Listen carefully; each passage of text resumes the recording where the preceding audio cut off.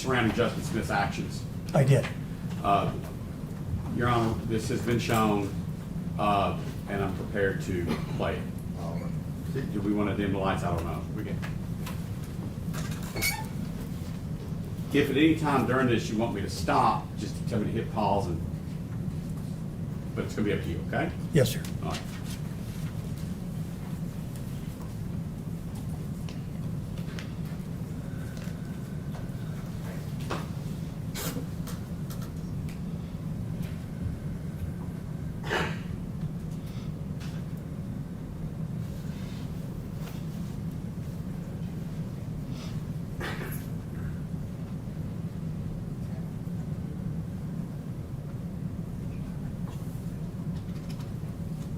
It's up to you.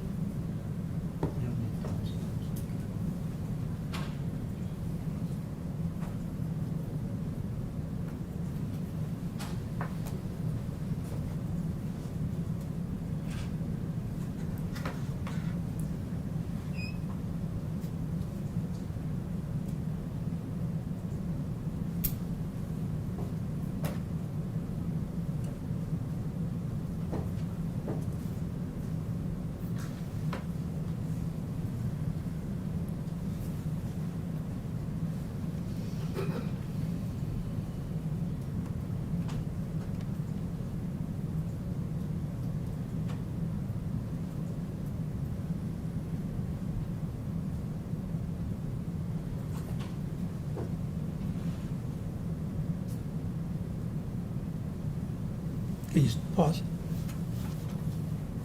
Trying, I'm sorry. It's okay. I'll go back 10 seconds, okay? Tell me when to hit pause.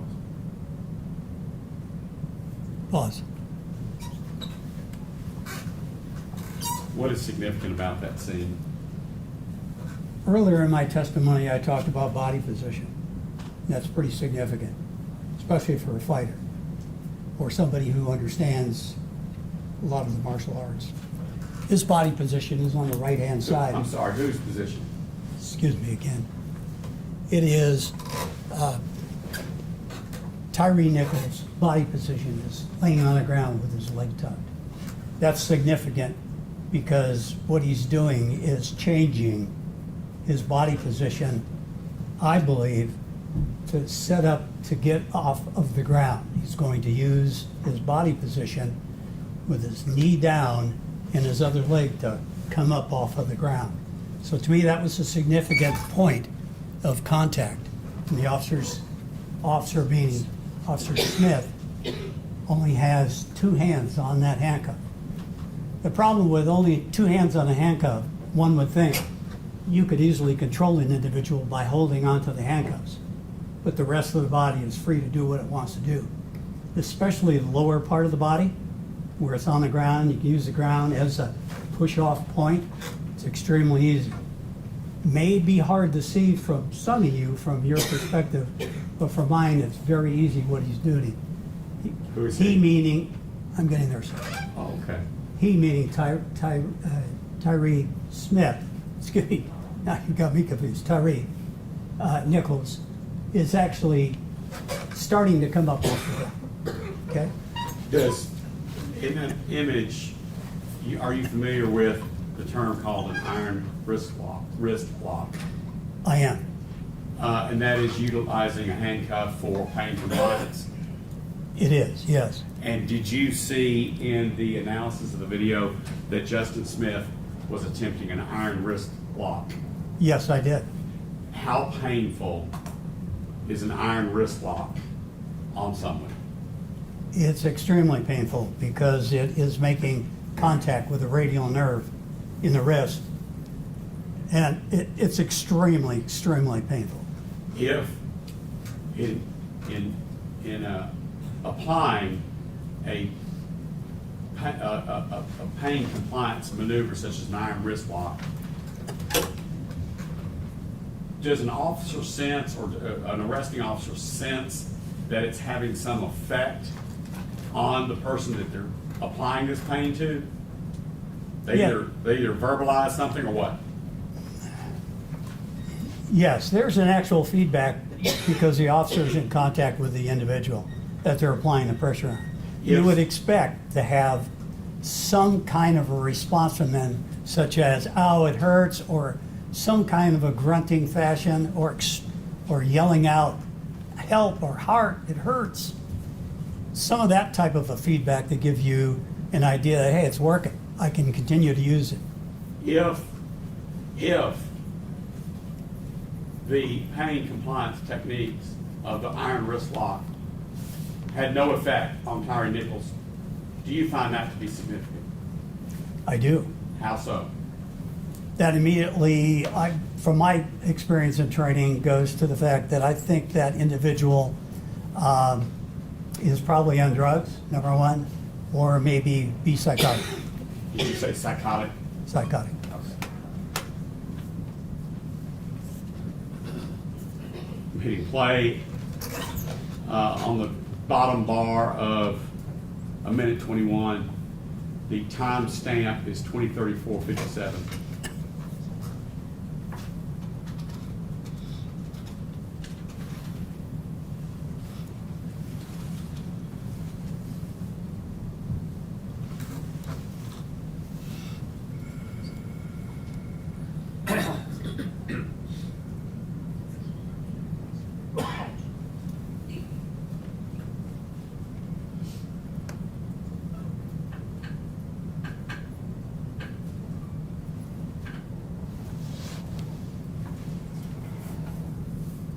Zwicky, what do you see both on video and on the animation, Mr. Nichols' right arm doing?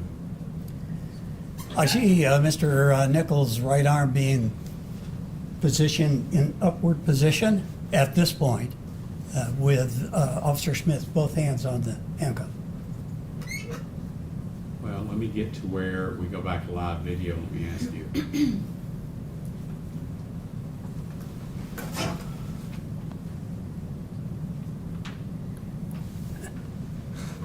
Right there.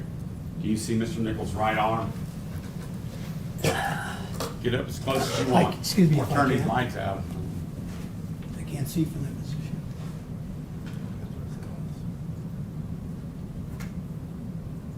Turn the lights on. Off. All the way on. All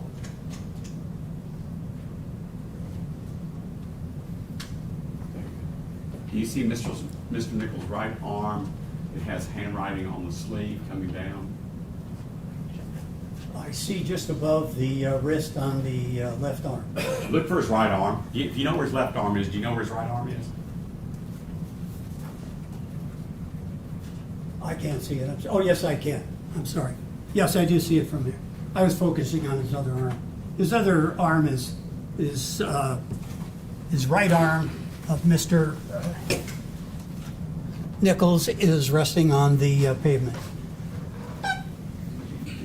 His hand is flat on the pavement. Moving forward.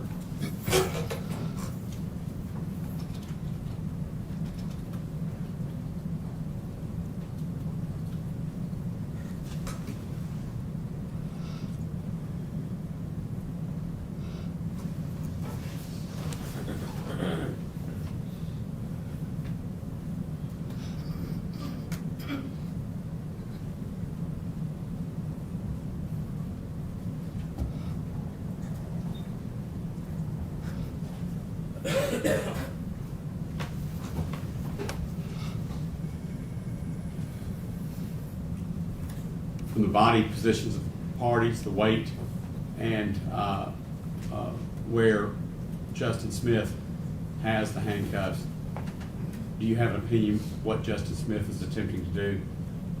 It appears to me that the officer's trying to push the right arm forward from that position to move Mr. Nichols' body towards him and then forward to the ground. And there'll be a follow-up, I believe, just after these frames.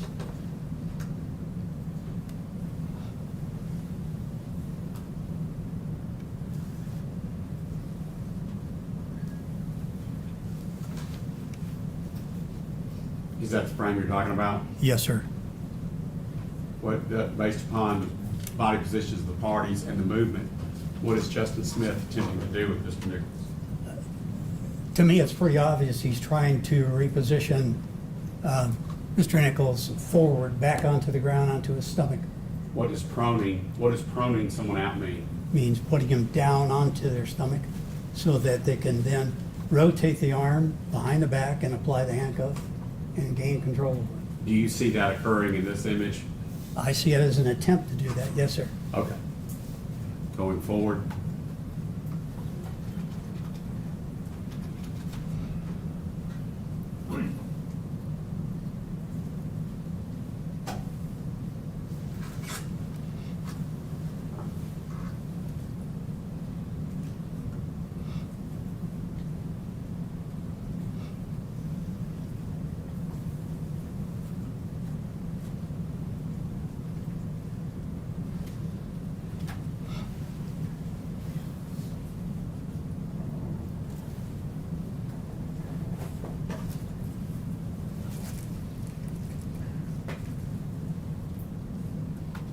What is happening in this?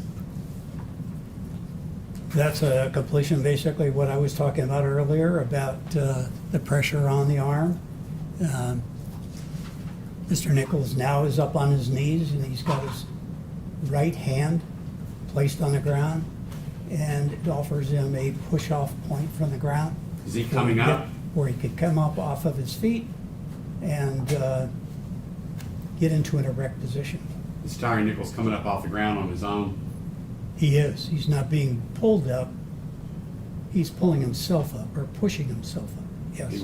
He's pushing himself up, but what is Justin Smith doing trying to avoid that? He's trying to push him down. Going forward? That's correct. No, I mean going forward. Okay.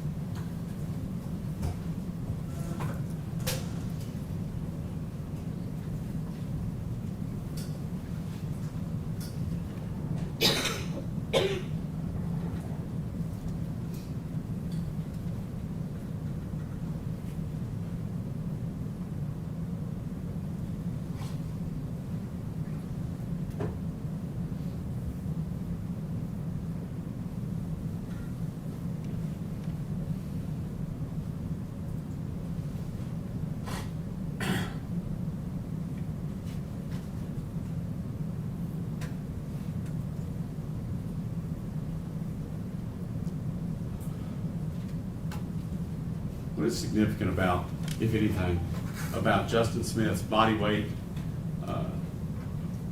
flexion, anything else? Anything significant about Justin Smith? Yes, this particular frame, including the frame prior to this, shows that Officer Smith is pulling backwards in one direction to try to stop Mr. Nichols from moving forward. And his upper body of Mr.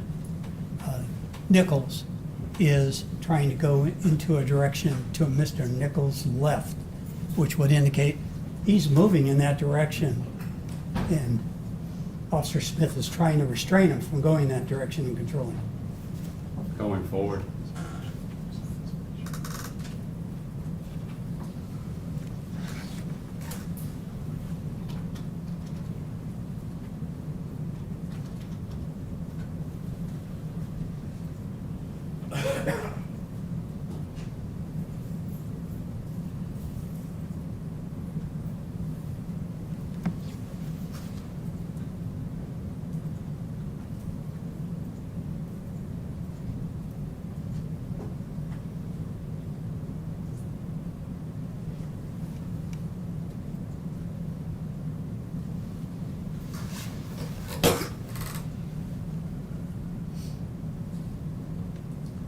It appears there that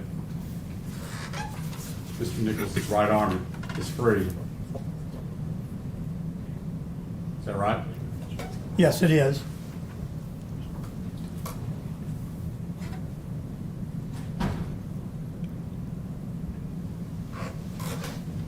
If you could pause. You gotta tell me. Pause. Yeah. And I think it also illustrates if you look at Mr. Nichols' foot motion, that he is in motion. And the previous scenes that you just saw as well, if you were to look at the officers' feet, Officer Smith, Officer Bean, they're all in motion. There's no indication in my mind, looking at those particular frames, that Mr. Nichols was standing in one position and being held motionless so that he could be hit. I think that was the critical point to show that this happened so fast and it was continual in motion that there was no opportunity for a stop and pause and hold somebody into a fixed position so they could be hit. Going forwards.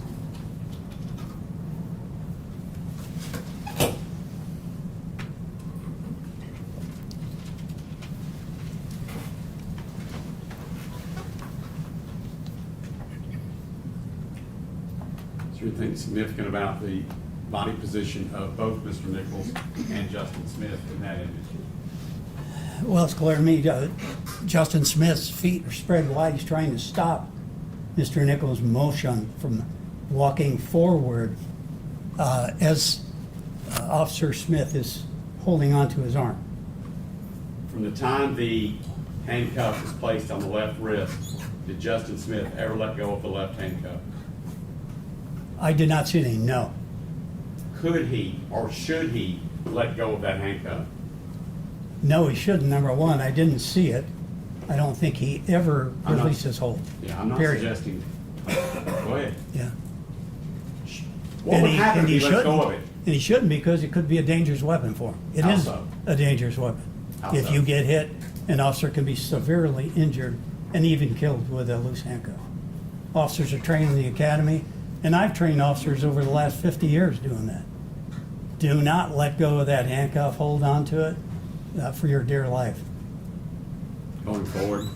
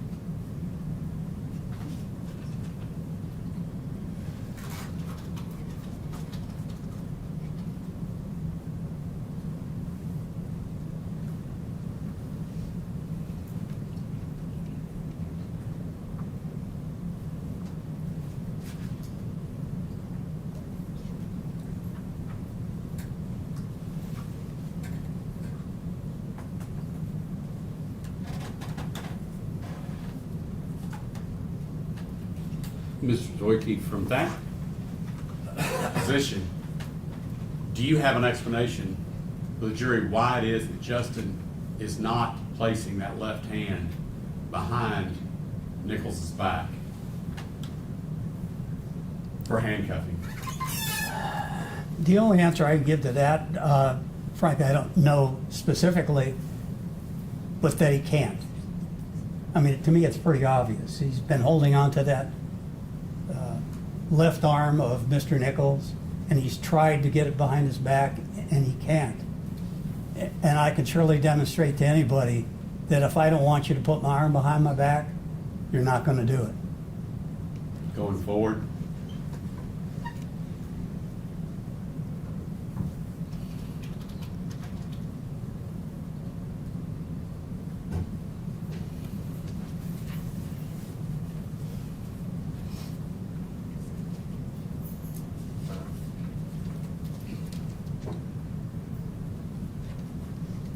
All right, Mrs. Zwicky. That's the end of the video things, but I have a few questions for you. When we talk about physiological human factors that police officers in critical incidents suffer from, you went through the list of different things that officers in critical incidents suffer from. Could you go through those again for me, please, and tell me what they are? You're talking about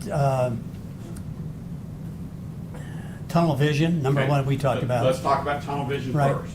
Okay. What is tunnel vision? Well, tunnel vision, simply put, is whenever you focus on something and you focus on something closely, as an example, my phone. If I look at my phone in front of me and I look at all of you, I can see you. But if I look down at my phone, there's no way I can tell you where you are or what you're doing if I'm looking down at this phone. And if you can imagine if an officer is in a critical situation, and we use the term fight or flight, where the adrenaline starts flowing in your body, and you're focused on one individual you're trying to get handcuffs on, who has not been searched, and you've got chemical agents in your face, there's no way you're going to see what somebody else is doing, because your focus is so intense on it.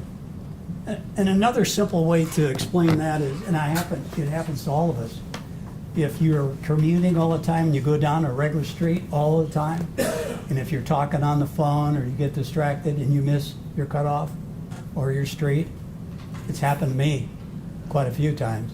You go, oh my goodness, I just passed the cutoff. And that's a good example of your focus is on something else and you don't see it. I mean, that's a simple way of doing it. And not only that, I think we heard in our testimony with Officer Mills, he even said that he didn't hear certain things when he was at the scene, but he did hear them in a audio tape that was replayed back to him in court. I think all those are examples of what that is, where you get so much focus on too narrow away from what we're normally adjusted to. Under normal conditions, we would say that right now I've got full, almost, you can't say 360, 180 degrees around. But suddenly, what happens in a critical situation, the focus then narrows, and scientists have told us that it gets down to about 2 degrees. And when you think about it, 2 degrees is about like this. I couldn't tell you what the judge is doing right now because my vision has been blocked. But suddenly if I got something in my eyes, or I'm fighting somebody that's got OC in my face, I get about like this, and I'm not going to be able to see. What about if you wore glasses? Does that make it worse? Well, fortunately, I can still see a little bit when my glasses are off. But when you've got OC, and I've had it myself just recently, you can't see. It's all blurry and it hurts my eyes. We talked about Mills' earlier testimony that he could not recall until he had watched the video later certain things having been said on the scene. Is that an example of what? Is that called auditory what? Exclusion, basically, or narrowing as well. It's the brain that basically just shuts down your hearing. It's a protective mechanism. I know occurs because I've experienced, other officers have experienced it. I've interviewed probably over 100 police officers during my tenure in critical incidents of what they heard, what they saw. They were all affected by those phenomena. The example of the field of vision going down to 2 degrees and then even getting narrower that you did with your hands. Yes, sir. When you're in a critical incident and you're focused, let's say, on a set of handcuffs. Based upon that evidence, based upon what your opinions are, did Justin Smith have any capability of seeing what was going on around him? I do not believe so, no. That's all I have, Your Honor. Mr. Perry? No question. Mr. Williams, all right, State.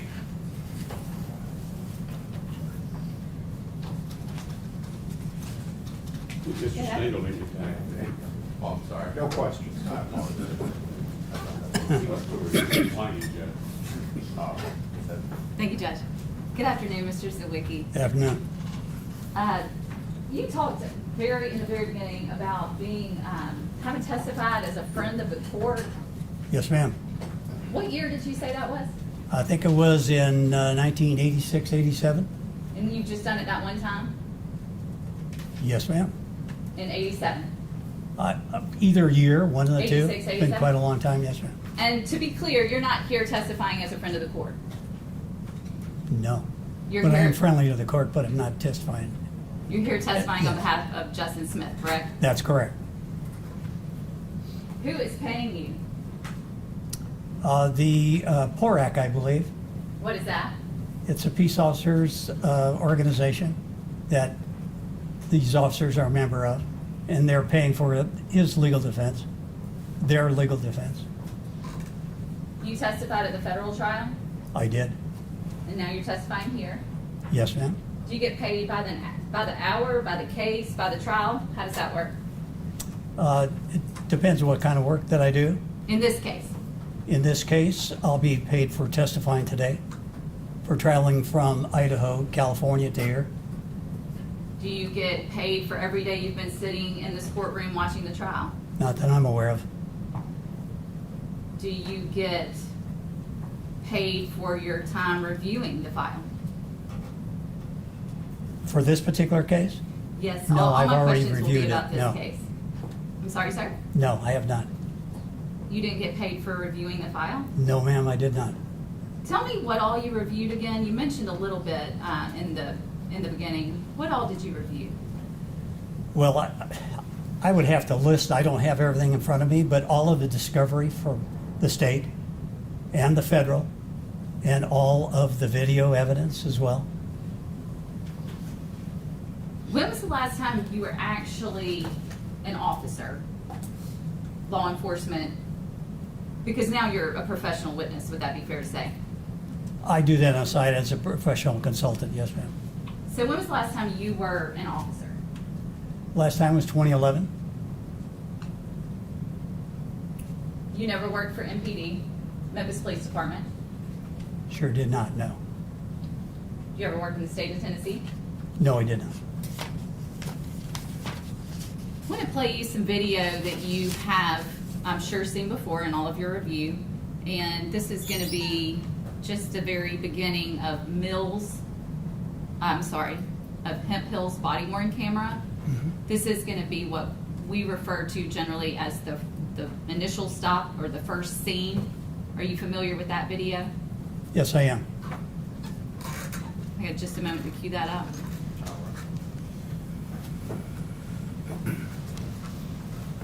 Playing Hemp Hill's body worn camera from the beginning. And we're just going to go through sort of the stop, and then I'll ask you a few questions. Certainly.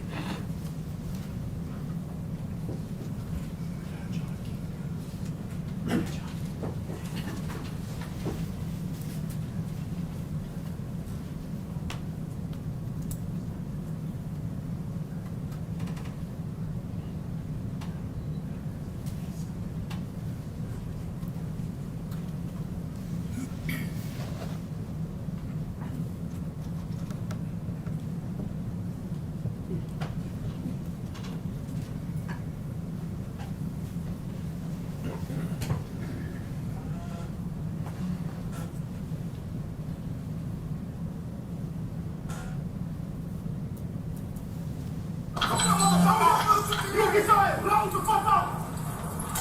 Get the fuck out of here! Get the fuck out the fucking car! Damn, I didn't do anything! Hey, I didn't hurt you! That's better! Alright. You don't do that, okay? Get on the fucking ground! Get on the ground! Take your ass! I'm on the ground. That's a banner! Get on the ground! Take you! Get on the ground! One! Now! Alright, okay. Alright. Okay, dude, get in! Put your foot down! Bitch, put your hands behind your back! Okay, knock your ass the fuck out! You guys are really doing a lot right now. Bro, damn! I'm just trying to go home! Man, if you don't lay down, I am on the ground! Put your hand in your stomach! I am! Swear it. Stop! I'm not doing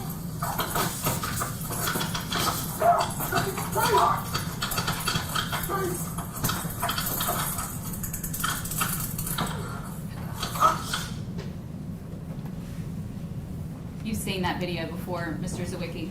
I've seen that one, yes. Would you agree with me that's a pretty chaotic stop? Chaotic? I would say it is, yes. Would you agree with me that there are at least 3 officers on that scene? Yes or no? Yes. Do you know the names of those officers? I think so, yes. Would you agree with me it's Hemphill, Martin, and Haley? Yes. Tyre Nichols, our victim in this case, is the person they're encountering. Yes. Would you agree with me that all 3 of those officers are simultaneously giving commands to Tyre? Yes. Sounds like it. And is there any way possible for Tyre to follow all of the commands that are being given at once? I couldn't tell you. I can't look into his mind whether or not he would respond or not. Is that best policy in practice? No, it's never the best policy, but it does happen, unfortunately, in chaotic situations. What's better? I thought I just testified to that. It's always better to have one person do it, but things change as they rapidly evolve, and other officers do get involved.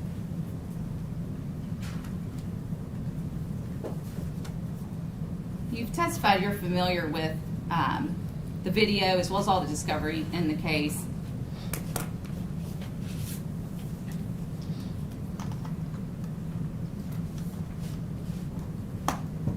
In the beginning, going to the second scene,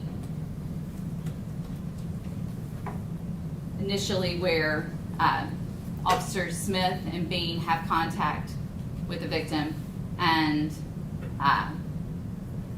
right about the time Martin comes in for that first soccer kick, you've called it. At that time, if Defendant Smith has described himself as holding Tyre down, would you agree with that statement? He was attempting to hold him down.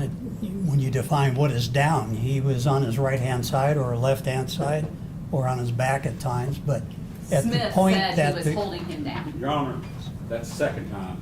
You've got to give the witness a chance to answer before the next one. I apologize. Go ahead, Mr. Zawicki. That's I right. apologize. but at the time that the kick was made, it's hard to tell whose hands were on who. So I couldn't tell you specifically if it was Officer Bean or if it was Officer Smith doing that. Did you, in your review of the video, you heard Smith say, hit him? Do I remember in the video that Smith said hit him? I don't remember reviewing that. I remember hearing it in testimony that somebody said he said it, but I couldn't make out it was his voice. In all your 100 times of reviewing the video, you never heard Smith say hit him? I Your Honor, didn't. that Mr. Characterizes testimony. He said that he didn't recognize the voice of Smith. What? I'll allow him to answer the question if he can answer it, and if he can, he can. Yeah. You testified on direct that he knew the voices and was very familiar with Defendant Smith, which is why I asked the question.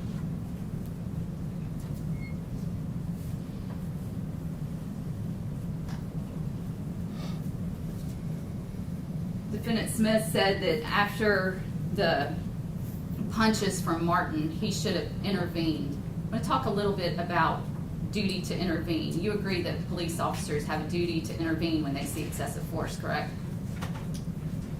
I'm not clear on what you said. Who said? Clarify that. I'll back it up. Please. You agree with me that officers have a duty to intervene when other officers are using excessive force?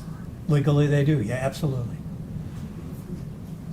And if Officer Smith said that after those punches from Martin, he had a duty to Let me intervene. approach.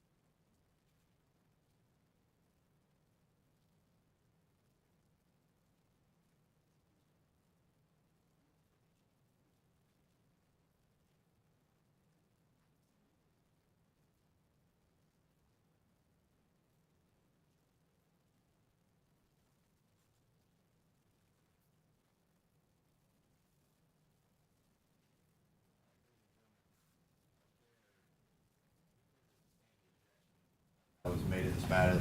The last couple of questions specifically referenced things that Mr. Smith may have said.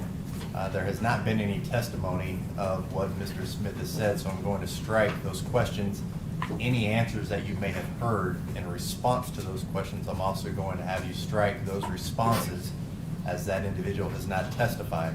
So if you have anything in your notes, you are to disregard those from your notes, and those cannot be used later on in your deliberations. All right, State, you can proceed. Thank you, Judge. In your review of the videos, is it your position that Justin Smith deployed pepper spray on this night? I don't know if he actually, when you say deployed, did he take it out and have it in his hand? Yes. I didn't see through the review of the video that was any discharge from that particular canister. That's all I could really testify to.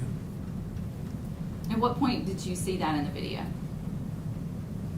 Well, I couldn't, from memory, tell you exactly what the number was, exactly what place, but it would have been prior to Officer Mills actually striking Mr. Nichols with his baton.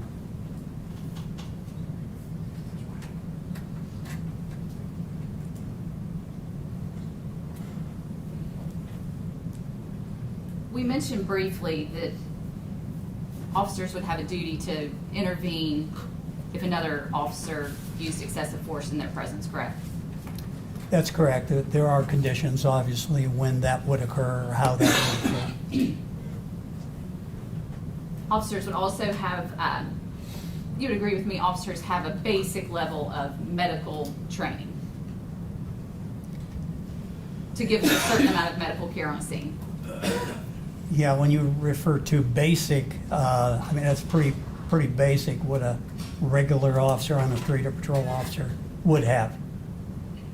They also have a duty to provide what level of care they can to someone who needs that care. Would you agree with that?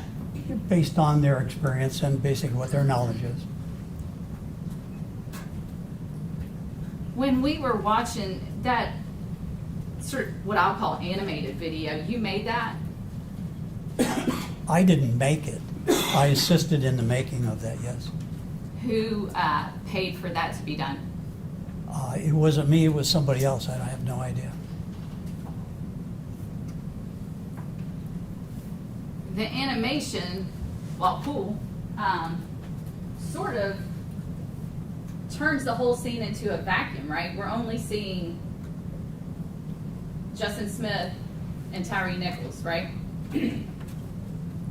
Well, it's individualized, that's correct. It does not include everybody because you could not see everybody in that animation and get it programmed to do what we were trying to do, is show what Justin Smith was doing.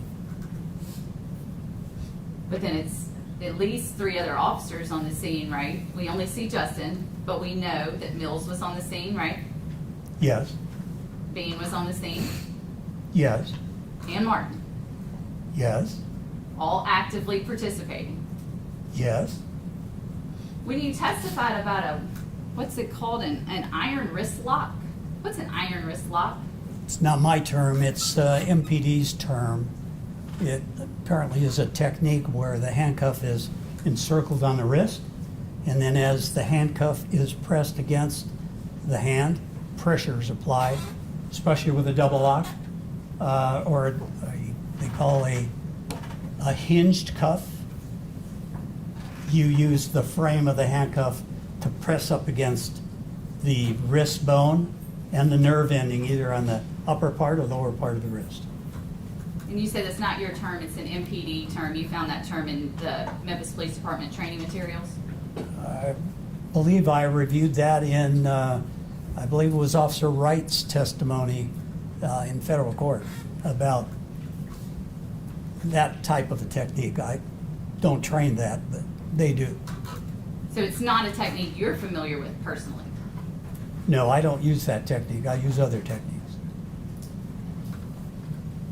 And how are you able to determine that that was happening in this particular situation? How do you know that Justin Smith was employing that tactic?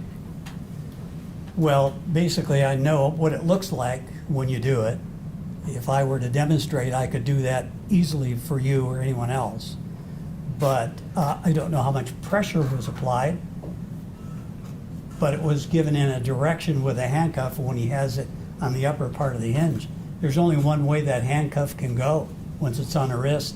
When you tilt that handcuff on the wrist, that's a pressure control. And I believe you testified earlier that you would expect a reaction, a scream, a shout, an ow, something like that. Oh, absolutely, I would. And if in the video we hear Tyre screaming and moaning, that would be consistent with what you would expect, correct? Not at that particular time. If it happened that time, I would expect it. But I think what I saw on the video was not at that particular time.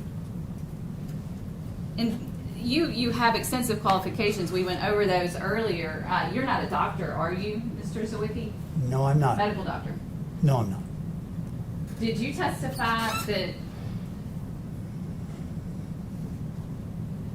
if Mr. Nichols didn't respond to that iron wrist lock, which you don't teach, that you're not familiar with, but you listened to in some federal testimony, that if he didn't respond to that, he would be psychotic? Objection, Your Honor. Mischaracterized the testimony. He actually gave two alternatives to why pain compliance would not work. One was psychotic, one was narcotics. Mischaracterized the testimony. Objection. I'll allow you to ask the question. Yeah, no, I testified earlier, if I recall. It would, in my mind, based on my experience, because I've dealt with people in similar circumstances, is if they didn't feel pain administered by either a handcuff or by a baton being struck as hard as it was against the radial nerve of an arm, that I would expect to see some pain. It would either be somebody was high on drugs, probably a narcotic, or secondly, they could be psychotic. They could have some mental problems. Those are the two conditions that would quickly enter my mind. Psychotic. Not that I'm making a diagnosis, but that's just what I would speculate that might be occurring.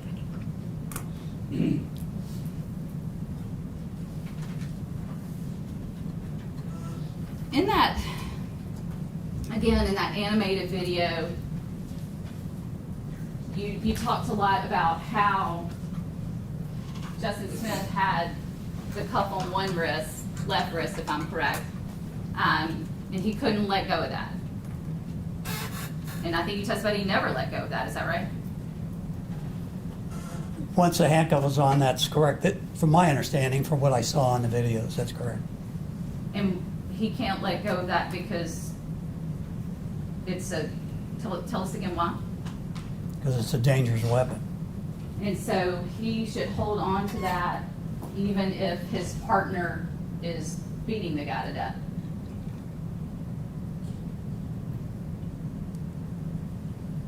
Beating him to death? He should still hold on to that left wrist. Well, if he's beating him to death and the officer can see he's beating him to death, and it would be his responsibility to try to stop that, yes. Duty to intervene. Correct, he has a duty for that. I'm gonna pull up the video you've seen countless times. I'm gonna play for a little bit and then ask you a few questions. Timestamps for the record. Just the beginning of the poll cam video.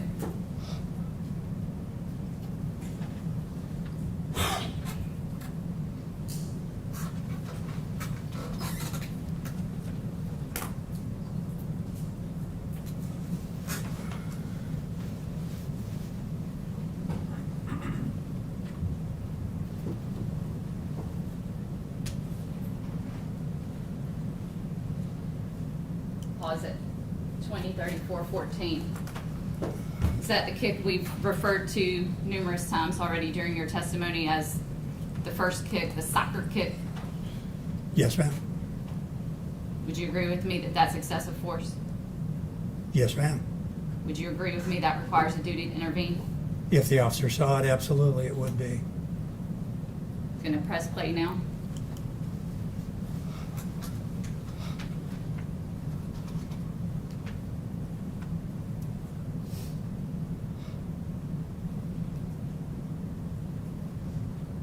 Pause at 20:34, 28.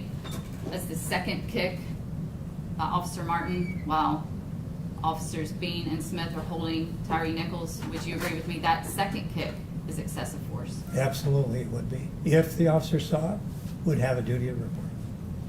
Thank you, Mr. Zwicky. I'm going to continue playing the video.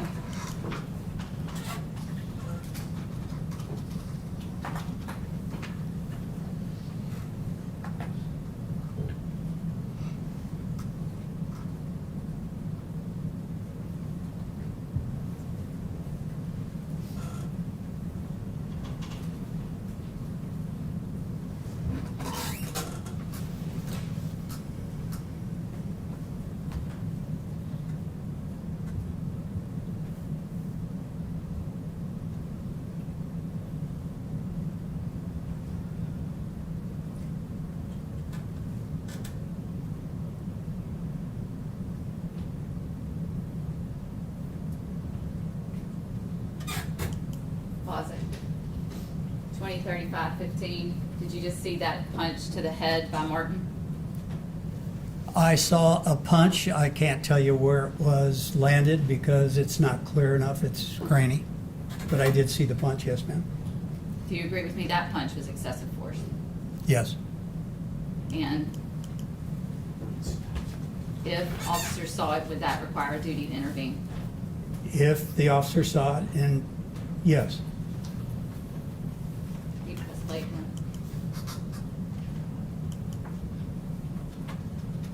Did you see another punch there?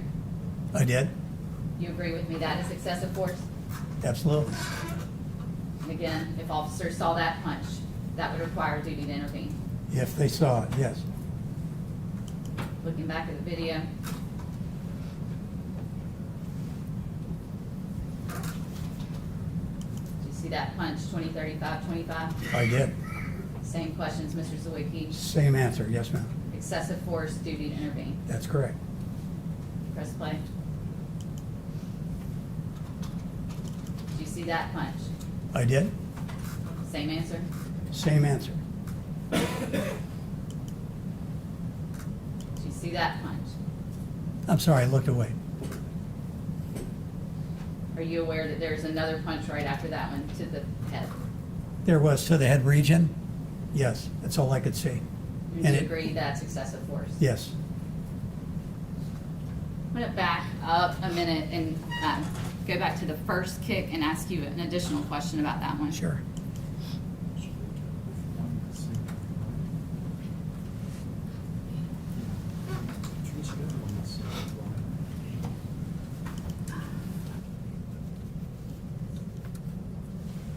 And I'm going to change videos actually. I'm going to play the poll cam video with the audio from Officer Bean's body worn camera.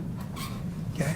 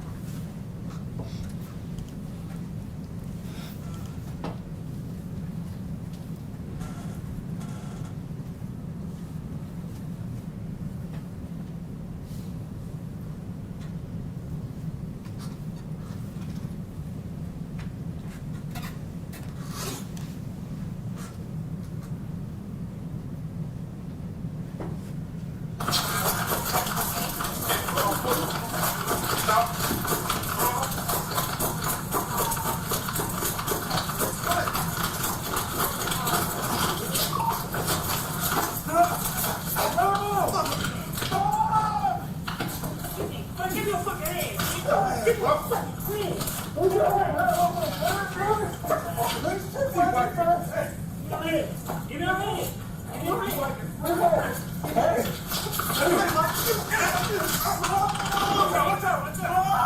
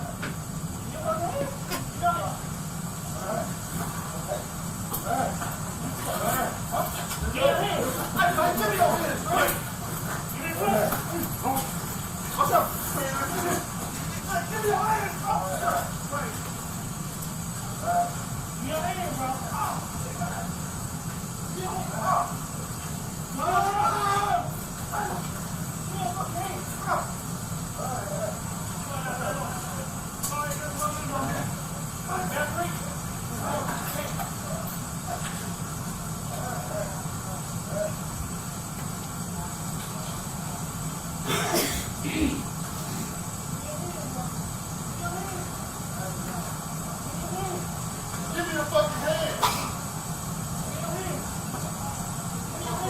Pause it, please. Pause at 20:34:16. Again, that was that first kick, the soccer kick, as we've referred to it by Officer Martin, while Officers Bean and Smith are holding Tyre Nichols down.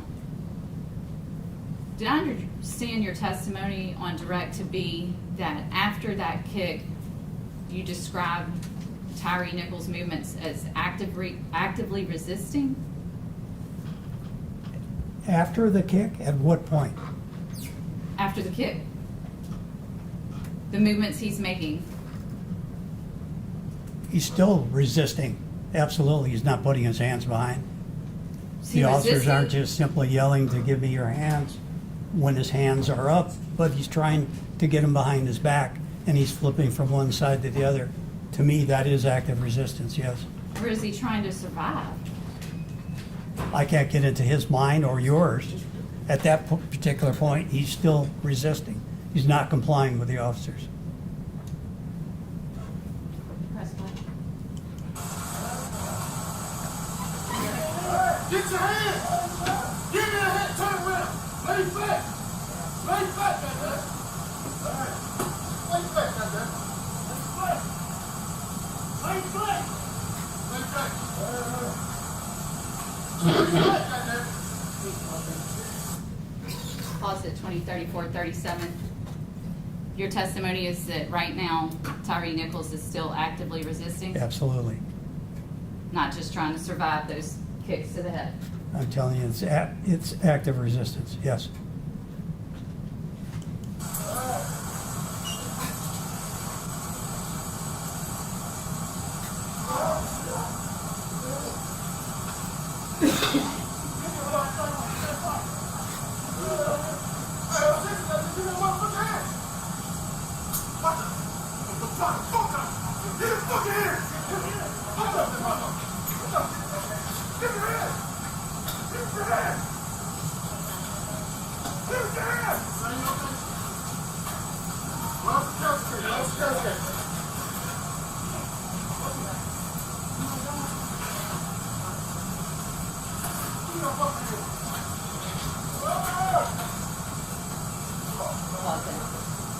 Is it your testimony when we see Tyre Nichols' body moving here from the force of the punch to the head, the excessive force punch, which we've already discussed, that that's him still actively resisting?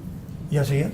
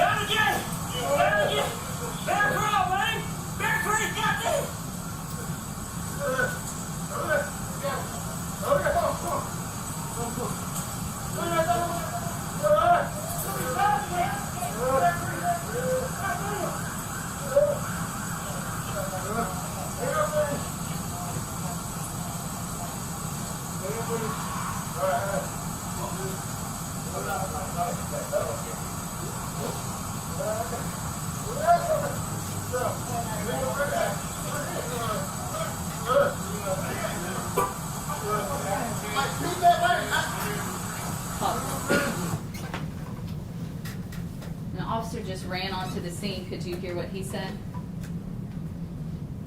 No, I didn't pay much attention to what he Beat said. that man's ass. Did you hear that? Yes? You did. No, I You heard did. what you just said. I said beat that man's ass. Did you hear that or not? I wasn't listening, didn't hear that, no ma'am. We'll back it But I up. heard what you said. Hey.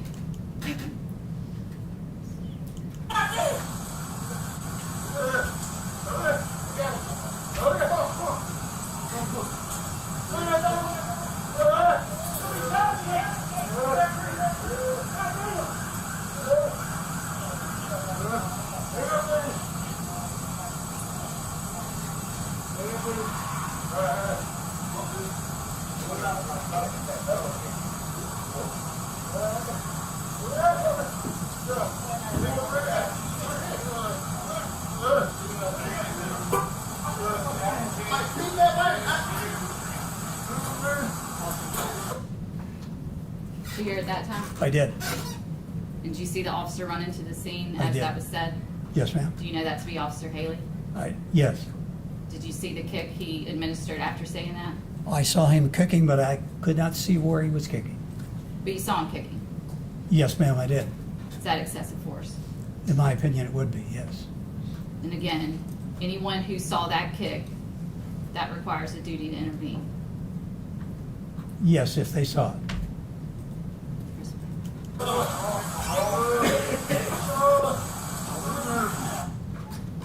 Did you see that kick from Officer Martin? I did. Again, does that kick constitute excessive force? Yes, it would be the same answer. Duty to intervene. Yes, if they saw it. Just a moment, Your Honor. Yes, ma'am.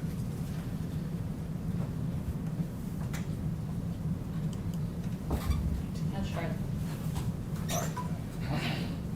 I think you were. Mr. Sawicki, I'm going to just go in the order in which my colleague asked you questions. You had stated to me on direct that you were being paid, and I think you said like the lawyers and like everybody else in Yes, here. sir.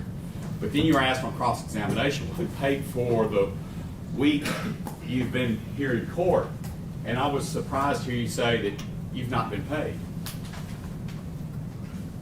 I have not been paid for this week in court. Well, is there work that you've done on this file that you haven't been paid for? Yes. Okay, then explain to us capitalist pigs why it is that you would work and not be paid. It's not because I'm refusing to pay you or Poor Act's refusing to pay you. Why is that you're willing to work and not be paid? Your Honor, may we approach? All right.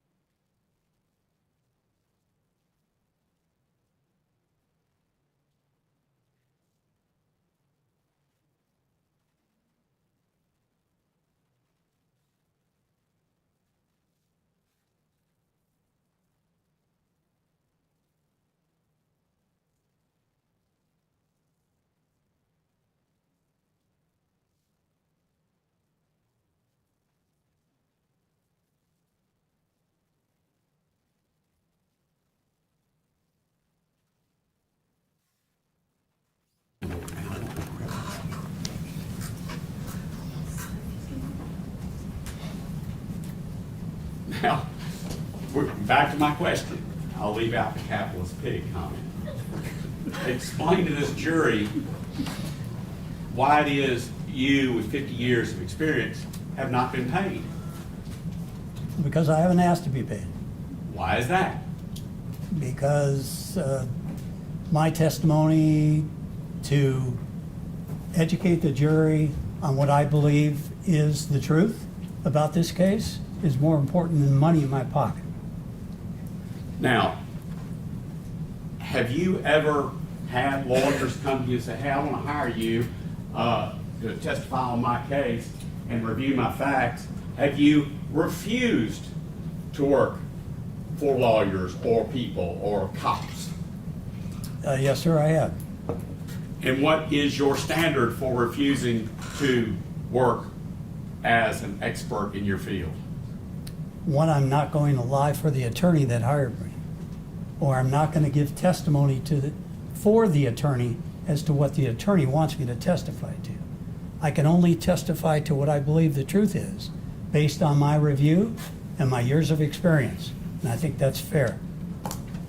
And if I believe that the officer did something wrong in a case, which I've done, most recently in Texas, where I think that the individual committed a crime, I would not take the case, because if I went on stand, I would testify to that. You were asked about the iron wrist lock and then about how you, MPD trains it, and you did not train it. You were asked a series of questions about that. Do you remember that? I do. Were you here during Mr. Mills's testimony? Yes, sir, I was. Were you present when I asked Mr. Mills what an iron wrist lock was and what the effects of an iron wrist lock were? Yes. And what did he testify to? I don't recall specifically, but I remember he testified about the wrist lock. Did he testify that it was a pain compliance technique taught at MPD Academy? Again, object to the leading. All right, we'll sustain I'll it. withdraw it. Yeah, I'm going to ask it a different way. yes. What did Officer Mills testify regarding the iron wrist lock? That it was taught in the MPD Academy. Without going back to the video, you were shown what Ms. Headley referred to as the first soccer kick and then the second soccer kick. Yes, Based upon the time and based where Mills was, the OC spray, had it been sprayed by Mills at that time? yes.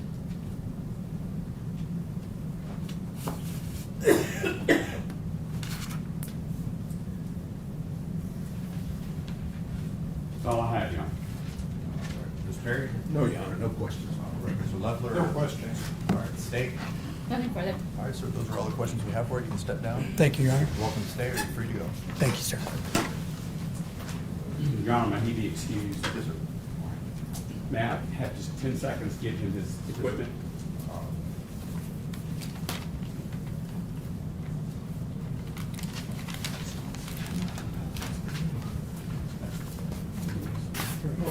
I know you can. All right.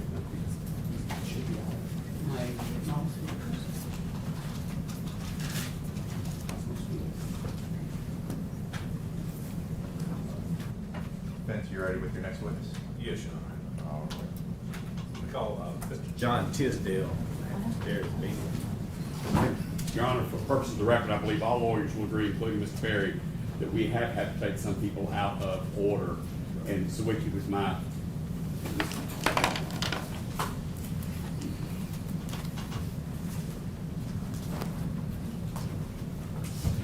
Stand this way. Stand your face to the straight right hand. Sir, do you solemnly swear or affirm that the testimony you give today will be the truth and nothing but the truth so help you God? I do. All right, please have a seat. Please Thank you. stand.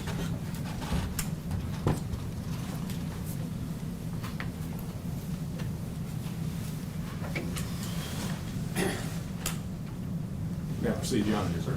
Mr. Tisdale, please state your full name and spell it for the record. It's John A. Tisdale, and it's Tisdale. Mr. Tisdale, have you worked in law enforcement? Oh, yes, How many years have you worked in law enforcement? around 36, 37. And would your first years in law enforcement been around 1977? Yes, sir, that'd be correct, at the University of Mississippi Medical Center, on the security or police force there, it's a state thing. And have you gone through the academy in Mississippi? Yes, sir, I went to Mississippi Academy, and I also went to the FBI National Academy. And Have you served in different capacities in law enforcement? Yes, sir. I've served from being a rookie patrolman all the way up to served as chief in 2 different occasions. Were you chief once out in Arizona? Yes, sir. A little town called Parker. And were you chief ever in Tennessee? Yes, sir. Gallatin, Tennessee. And were you chief, how many years approximately were you chief out in Gallatin? About 9. And did you retire as chief of Gallatin Police Yes, I Department? did. Have you ever had any role in what's called post-certification? Yes, sir. What did you do in regards to post-certification in the state of Tennessee? Well, I had to, I've taught at several academies and in some college classes I taught for a while for organization. Did you ever do any work with the state of Mississippi in their academy?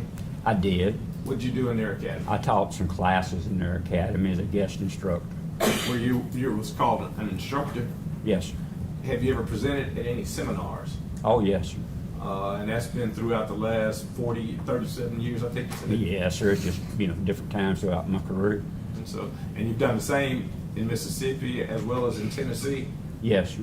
And have you presented places nationally as well? Nationally, yes, sir. Have you taught any online courses? Have I taught? Yes, sir. I taught for about 3 years online courses for a university out of Denver. All right. Your Honor, may I approach? Yes, sir. Thank you. All right. Should take a look at that document I just handed you. Yes, sir. Is it your, what's referred to as CV or resume? Yes, sir, it is. And look at the pages to that.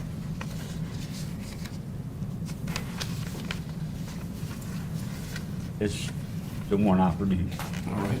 And in addition to having presented, having instructed, having taught at different academies, are you certified as any sort of martial arts or self-defense instruction? Yes, sir. I took Taekwondo for quite a few years, but I have a certification in Krav Maga, which is a Jewish form of martial arts. And have you instructed in that? I did at Gallatin. I taught our police department as well as a few guests that were there from other departments. Have you ever been called upon to give what's called sworn testimony? Oh, yes, sir. And I think according to your resume, it seems that you've been admitted into the Southern District Federal Court. Yes, sir. You've been allowed to testify in the Western District of Tennessee as an expert, Yes, sir. various state courts. Yes, sir. I see at least some 60 times you rendered sworn testimony, correct? Yes. Have you been offered or attended as what's called an expert? Yes, sir. An expert in the areas of police policy? Yes, sir. What about use of force? Yes, sir.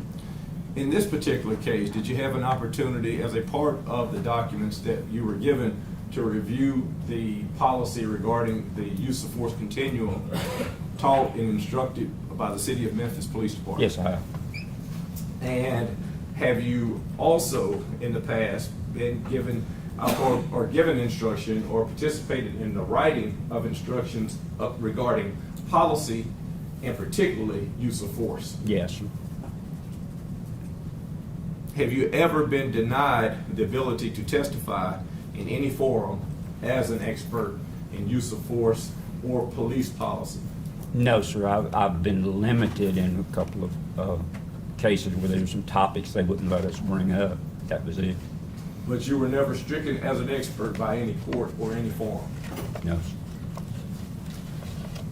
I've attended the CV of Mr. Tisdale.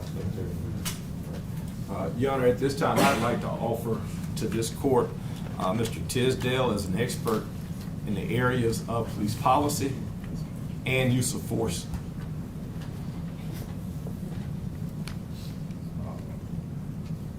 Any objection? No objection to Mr. Tisdale being tendered as the expert, Your Honor. All right. We'll go ahead and show him tendered as an expert in police his policy and use of force. May I proceed, Your Honor? Back in I think in the spring of 2023, so just about 2 years ago, Yes, sir. I placed a call to you regarding this case. Yes, Remember sir. that? Yes, sir. And at that time, I asked you if you'd be willing to review a file to possibly serve as an expert in that case in use of force. Yes, sir. Now, on the front end of a case, if somebody sends you a file, such as myself, and our firm has used you before, Right. sent you information before, do you have like an initial review policy, or do you just take whatever comes to you? And say, Yes, so what I tell people when they call me and ask me about a case, first thing is, I'll do you an initial review for free, because I don't know if I'm gonna take your case or not till I know the facts. Because I may not wanna, I may not agree with your person, you know, or support their position. So in your case, you sent me the facts and I reviewed them, and then I sent you back an initial review. And in the information that I sent you initially, did it include some videos? Yes, sir. Did it include a basic synopsis of certain statements that we had at that time? Yes, sir, it did. Did you have the opportunity to review those videos and the synopsis of statements? Yes, sir. And subsequent to your initial review, did you agree to at least continue service in this particular case? I did because of the limitation of what I was going to be involved in. I was involved specifically to review the activities and behavior of one police officer. In this case, that's Mr. Bean, not the entire situation, because there are some components in that situation that I don't care for. And in your review of the situation, did you also say that you wanted an opportunity prior to saying, I'm going to jump in and do what you're doing today? Did you say you want to meet Tadarius Bean? Oh, yes, sir. And I want to interview him. did you have the opportunity to review documents and things with Tadarius Bean? Yes, I did. And as a part of that process, did you go through the videos that were involved in this case? Yes, sir, we did. Played the video back and talked about him, and then there was an allegation that he had struck the suspect, or the victim in this case, and we slowed it down and took a look at it to see exactly how it was done, because under the policy from Memphis, you have an open-handed process and a closed-hand process, and we wanted to see which it was. And you had, by that time, had you familiarized yourself with the Memphis policy regarding the use of force continuum? Yes, sir, I was relatively familiar with it. I wouldn't say I could quote it, but And the use of force continuum, just for the sake of the jury, is that what starts off, I think, with a physical presence at a location? yes, sir. Basically, it starts with your appearance, and you show up, and sometimes that'll accomplish things, and sometimes it don't. What about verbal commands? Yes, sir, that would be your next level, your verbal And- commands, and then eventually from there, you would go to open hands on, and then if necessary, then you'd go to closed hands, which is the more violent stuff, and then, of course, lethal would be the last. And between closed hands or hard hands, empty, and lethal, is there? I see you have a cane with you. Is there an instrument that the city of Memphis has or allows certain officers to have that might be an intermediate form of force? Well, you can use batons, and whether that's a regular baton or an expandable or asp, I mean, there's several different kinds. You can use those at levels less than lethal, because that's not a lethal force. Have you ever seen an asp baton prior to this case? Oh, yes. All right. And is that the item that if you flick out a certain way, it can come out as a piece of metal? Yes, sir. It folds up and then it extends if you flick it. In addition to that asp baton, is there another intermediate form of force that would involve any sort of a canister or spray? Whether if you're talking about your OC spray or your pepper spray, whichever name you prefer. But yes, there is. Now, you heard Mr. Zawicki testify earlier, and this week you had some health situations going on, so you weren't here for all of the testimony this week, That's right? correct. But you have been around people where pepper spray has been deployed. I've been around a lot of it. Not only that, I've been pepper sprayed through training. Is it a pleasant experience? No, sir. There ain't nothing fun about it. And a straight burst of pepper spray into the face, can it be painful? It can be painful. It can interfere with your eyesight and your thought pattern because it does. It makes you feel like you're losing your breath and stuff, and it's not fun. Pepper spray administered at night while trying to place handcuffs on a suspect that might be resisting, would that make that task somewhat more difficult than trying to arrest a person who's willing to put his hands behind his back? Well, if he's willing to put his hands behind his back, obviously it's much easier than somebody resisting you. And the pepper spray on a person being handcuffed, you got to be careful because you don't want to get that all in the officer's face. And in this particular case, that's what seems to have happened. Would that in any way limit your ability to see or your field of vision?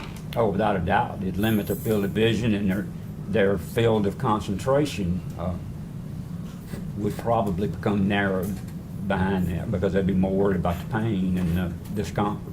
Now, you heard your field of comfort, what you just described, but you also heard earlier Mr. Zwicky talk about what he described as tunnel vision. Yes. I think different people might describe it different ways, but when you're trying to focus on something, can you tell the court what you're thinking about if you're trying to put handcuffs on somebody that you've never met before? Yes, sir. What normally, first off, you don't know if they're armed or not, so you got to be careful. But when you grab their hand and now you're trying to cuff it, your attention's on their hand. That's what you're trying to get control of, to get cuffs on. And I say cuffs because you need them on both wrists.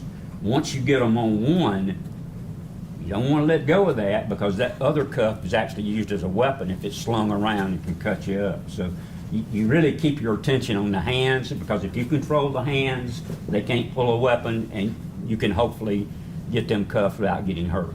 What is the rule that you taught me about if the cuffs aren't on a suspect? Is the scene secured before the cuffs get on? No, sir, it's not. No, not at all. You can't consider it secured at all until you get them cuffed where you can control them and then hopefully make sure they don't have a weapon. And is it increased somewhat if you know or don't know whether or not this person might have a firearm or a knife or whatever they might have, that suspect? Well, if you don't know that increases the danger and frankly, the stress. You said that you had the opportunity to discuss this case with Tadarius Bean. Yes, I did. And did you see a video, which we're going to call a body-worn camera, of Tadarius Bean? Yeah, I saw it. Yes, sir, I did, but it's a bit limited because it came off during the altercation. Do you recall seeing it? And if we'll go to body-worn camera 1, Tadarius Bean, this has already been marked but not admitted. Give us just a second. I hope we're on the system.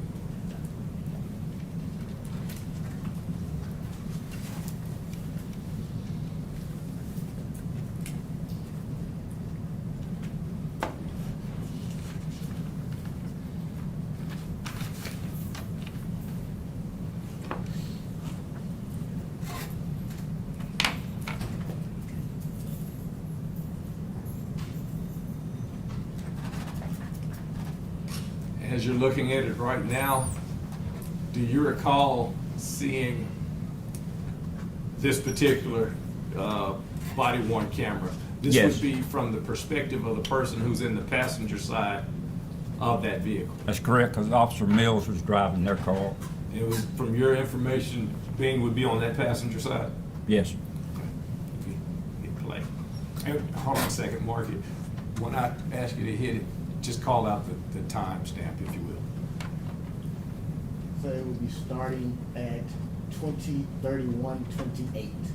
All right. We're just gonna let it play through.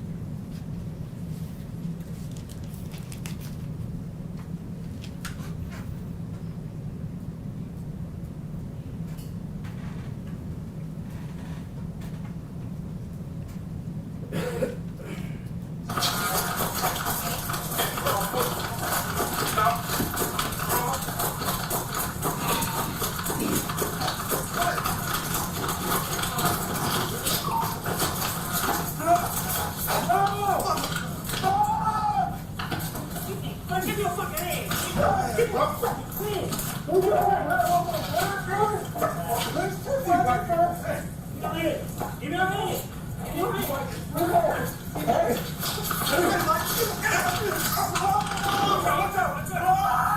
right, you can pause. Now, what, This car at 203303. so it's a little over a minute and a half of Yes. video. When you saw that video from the perspective of Darius Bean, did to Darius, and going back to the site that the door first opened, do you recall seeing the person that walks up Yes. that street? Yes, And do you recall that person being identified as the suspect? yes. And at the point that you see, do you have any criticisms of the actions up to that point of Mr. Tadarius Bean? No, sir, they'd received a dispatch that a suspect had been in an altercation with some police officers and was running and trying to escape, so they were looking for that suspect. As And I a, think they were 3 miles or so away from where the initial stop was, so they weren't there for all of that.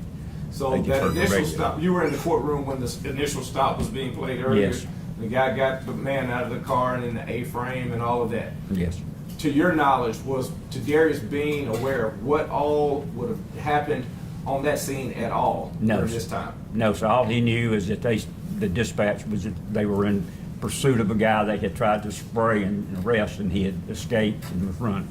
And based on your knowledge, if Tadarius Bean is sitting in the passenger seat of this car and he sees a person who meets the description of that suspect, and based on the knowledge that he has been pepper sprayed, and this suspect is walking down the street wiping his face, if Tadarius Bean says, "Hey," and the suspect turns and run, can you tell this court what Tadarius Bean is supposed to do as an officer if he worked for you in your role as police chief? His job would be to get out and try to apprehend that individual, because it does make it appear that he's the subject you're looking for.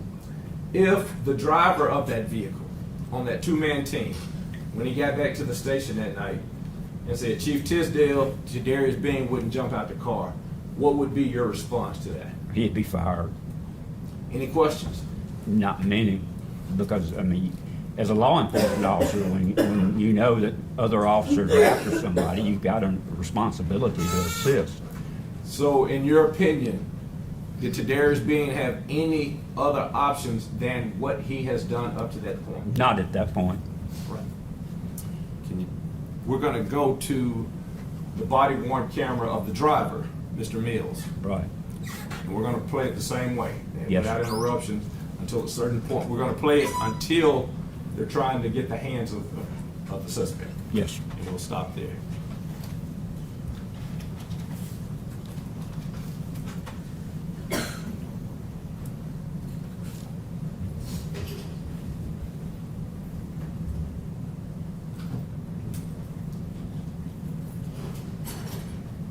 This is starting at 203205.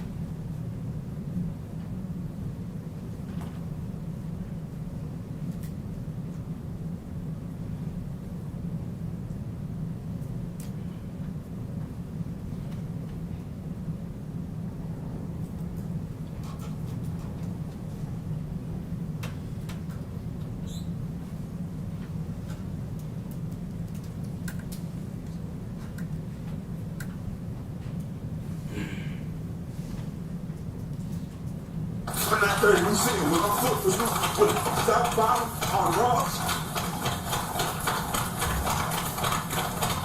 What street is this? What street is this? What street? Cascade Lane. Ross and Cascade Lane.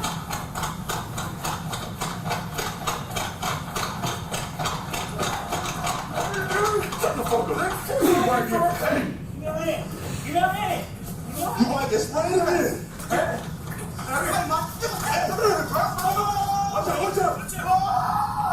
Pause now. Have you seen the deployment of pepper or OC spray at this point? Yes, sir. And is this the point that Bean identified that he had been sprayed as well? Yes, sir. And you saw it deployed just then. Now, that is played in regular speed, correct? Yes, sir. I'm going to ask that we go back 20 seconds and we're going to play it in half speed. Yes, sir. And give us the stamp.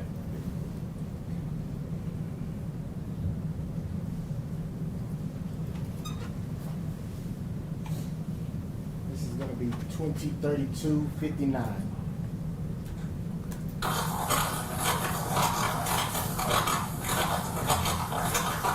What street is this? What street is this? What street? Cascade Lane. Ross and Cascade Lane.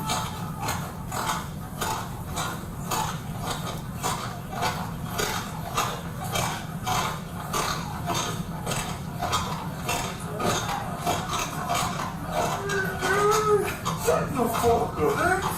See right here. Hey. Give me a hand. Give me a hand. You want to get sprayed again? Hey. Hey, my. Hey. Watch out, watch out. Watch out.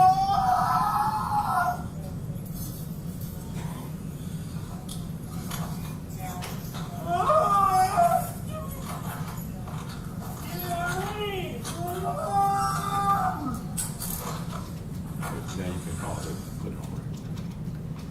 I have a few questions to this point. Did you see where the hands of Mr. Bean were landing in relations to the suspect? Yes, sir. Hitting on his forearms. He was left trying to push his arms back when he brought them around. They're open. That's an open-handed technique. It's not a punch. Did it appear that any of those blows landed to the head of the suspect that we've come to know as Mr. Nichols? No, sir. The language that was used, we've heard the term verbal judo this week. Yes. Could you explain to this jury about language on a scene such as this? Well, it's like anything, and that's a highly nervous, irate, scared situation where everybody's all tangled up. So you're going to usually hear some bad language. I personally don't like that, but it's not that unusual. It's pretty normal. On a scene such as this, are you trying to use language to make whomever it is come into compliance with what you're trying to Exactly. accomplish? Whatever it takes to get his attention to what you're trying to do at that point. So if he'll concur and do what he should do, then hopefully nobody will get hurt.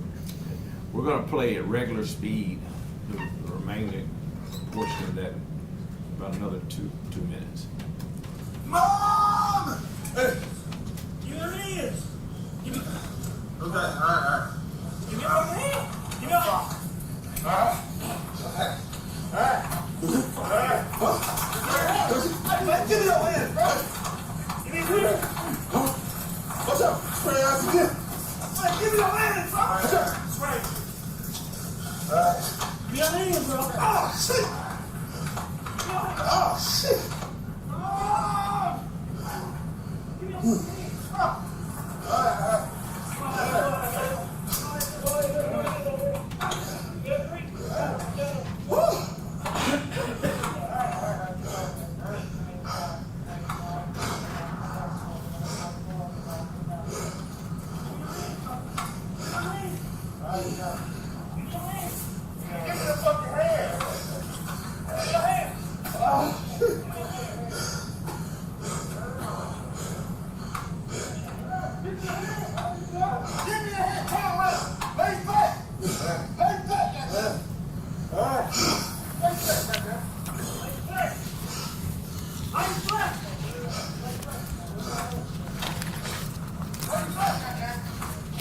Shit!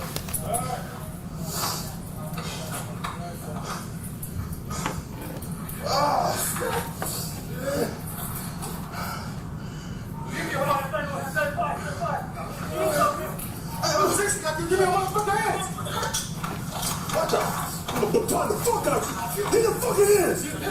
Watch out. Watch out. Get the hands. Give us your hands. Give us your hands. Watch it. Give me your fucking hand.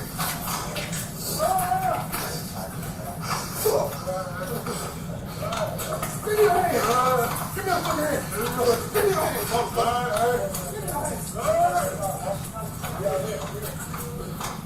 Ross and Castlegate. We are east of the intersection.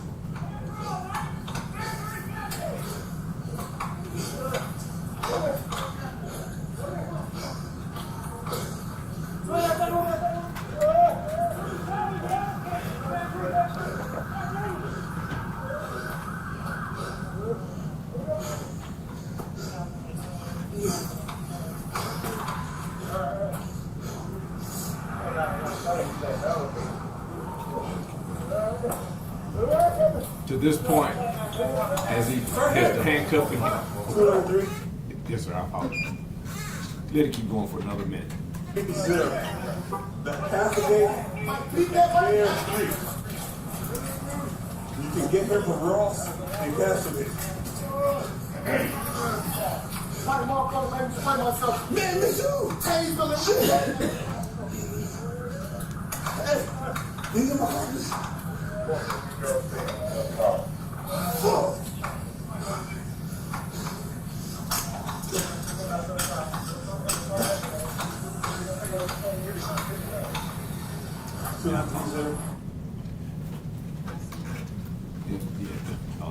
Calls at 203646. All right. So we've seen a few minutes of Mills's body-worn camera. Yes. And going back, you see at one point it appears that someone drives up and gets out. Yes. And do you remember seeing that person coming up and administering what's been described as a soccer kick? Yeah, he came up and tried to kick him, yes, sir. And we've looked at the videos, right? Yes, sir. Could you ever determine definitively whether those kicks landed or to the degree in which they landed? Well, not absolute, but you could tell that on the first kick, if you slow it down, it seems like it's more on top of the head than you would think, at full speed, as opposed to being, flush. But you really can't, it kind of disappears on you at times when you're kicking up in there and you can't tell. Do you remember us looking for the specific movements in relation to Darius Bean when that occurs? Where does it appear that Mr. Bean is? Yes, sir. He's still struggling with the hand and the cuff on the hand. And it's obvious his face is full of that pepper spray because he's trying to hang on and look down and, not let go of. You heard a few moments ago questions regarding the duty to intervene, and I assume that on cross-examination you might be asked some more questions regarding the duty to intervene. Can you explain to this jury the reasonableness and whether or not Mr. Bean's actions were reasonable in relation to a duty to intervene? Well, in that particular case, he could not turn loose of that cuff because that creates a weapon that could be used to hurt other people. The other issue with it is you're talking about a 3-minute affair. You're not talking about, a long, drawn-out thing, so there wasn't a lot of time there. Would it have been nice if he could? Sure, it would have been. But that's not always a practical solution at that point. Plus, it's questionable to me whether he even saw the kicks and the hits, because when I talked to him, he told me he did not. And we know that he'd gotten sprayed with that pepper spray on at least a couple of occasions. When you have a person that's down, did it seem that one person out of everybody? Maybe we approach.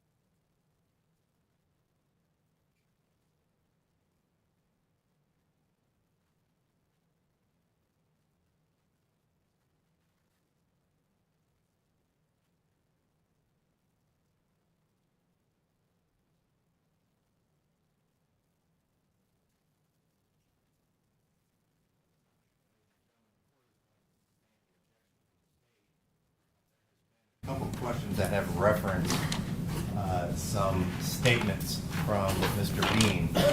We have not heard any testimony from Mr. Bean or anything of that regard.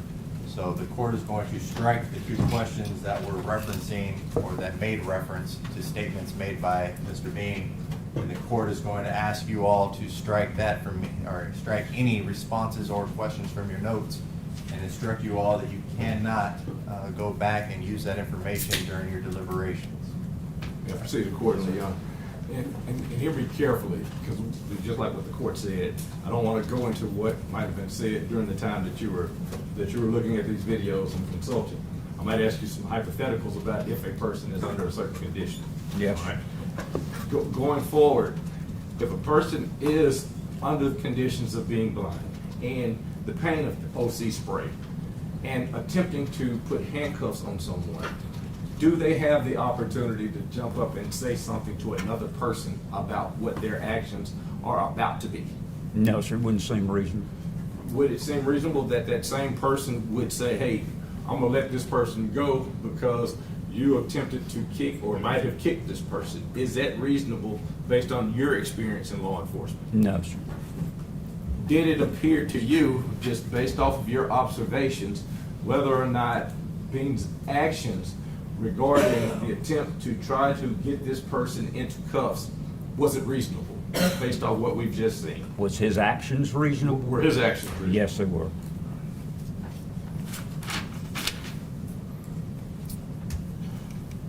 We're going to go to, if you will, the body worn camera number 2.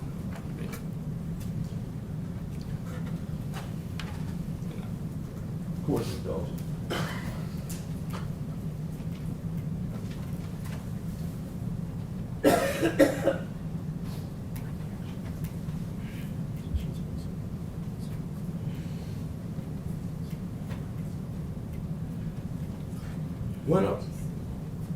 While he's pulling that up, when a suspect has been in an altercation with officers, is there a duty that you have taught regarding medical care or providing any sort of medical treatment? Well, if you think he's injured, you have an obligation to notify medical. And Once people that are considered EMTs or emergency medical team, with EMTs, once they arrive, who is the higher standard of health care on that scene? it'd be the EMT. I mean, they're going to tell you what you need to do, and whatever you do, whatever you got to do to assist them. Did you ever observe Jadarius Bean do anything to obstruct the administering of treatment to Mr. Nichols? I did not observe anything of that nature. And this is with the various body-worn cameras that you looked at? Yes, sir. If during the course of EMTs being on the scene, and then once a paramedic arrives, if the paramedic or EMT would ask the officer who has handcuffs on the suspect to remove said handcuffs, what would you expect that officer to do? I expect him to remove them if it's reasonable to, and by that I mean he's not still acting crazy. And I believe, and from what I saw on the film, they did remove the cuffs once the medical people got them. I'm going to show you the timestamp, if you will. Timestamp is 20:57:25. And this is on that same scene. Yes, sir. I believe that EMTs and, at this point, paramedics have arrived.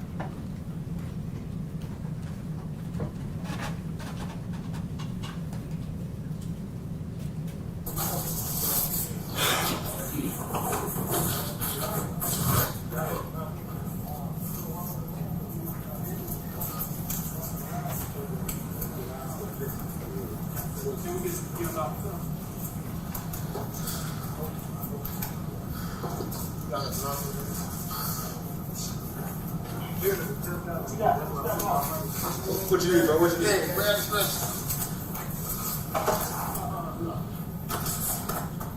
You got his hands up. I got one. I got one, bro. I saw it front light away from me. I got it.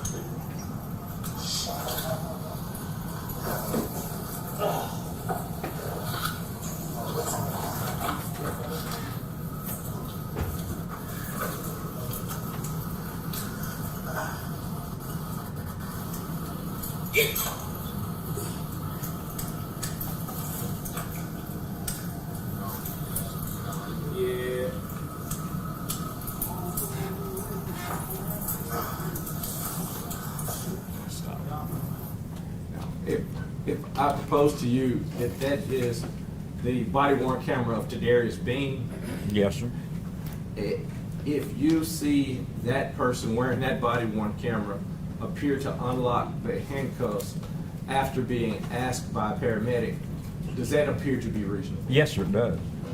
Now, if there are questions or not, if there are questions that are coming from a paramedic or an EMT regarding a person's injuries or what appears to be injuries, do you expect an officer to say one way or the other what has happened or answer those questions? Expecting to answer the questions of the EMTs because they have the medical knowledge.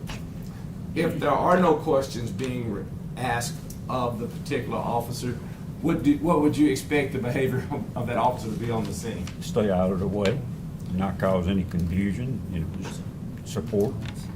And if those officers if those medical providers or healthcare providers are on the scene and they're observing this particular suspect, do you know of a duty to start rendering a play-by-play of what has happened moments earlier? No, sir, I'm not aware of any such duty.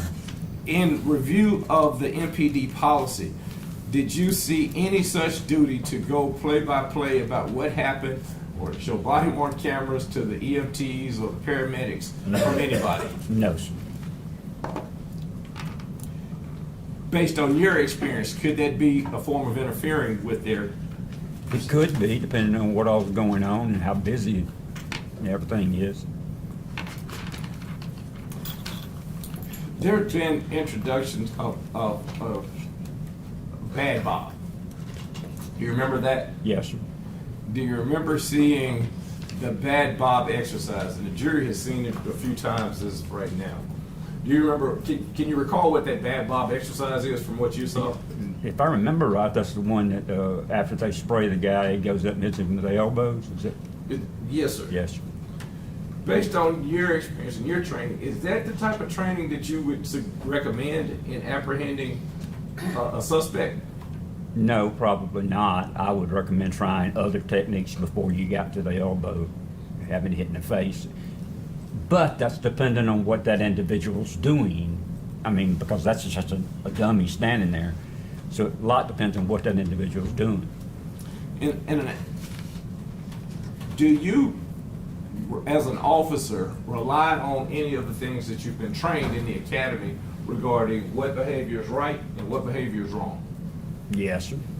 And if you're under a situation where you've been pepper sprayed, and MPD Training Academy teaches you a certain thing, would you expect the officer under the same situations to either deviate from what the training is or to actually engage in what the training, poor training, good training, regardless, in what that training has taught that officer? Well, you expect the officer normally to adhere to their training. That becomes your habits and the things that you do, especially when you're under stress from spray or whatever, where you're not thinking clear. You just go back to what you've been trained to do. Spend about a minute or just a few moments on the questions that are just specific about your observations and your opinions in regards to those observations. You saw Tadarius Bean, and you said it earlier, but I want to be clear for this jury. When he observes the suspect walking down the street and the suspect meets the call-out description that came over the radio, what would you expect Tadarius Bean to do? Expecting to apprehend the suspect. And do you have any criticisms of Mr. Bean's actions at that point? No, sir. Once he gets You asked him to stop, and the guy just refused, and then started running. when he gets to the suspect and attempts to tackle or take down the suspect, do you have any criticisms regarding that? No, sir. At the time he arrived as a suspect, I believe it was Officer Smith drove up pretty close to the same time, and they took him down. And that's not unusual to cuff a guy to get him on the ground where you can control him.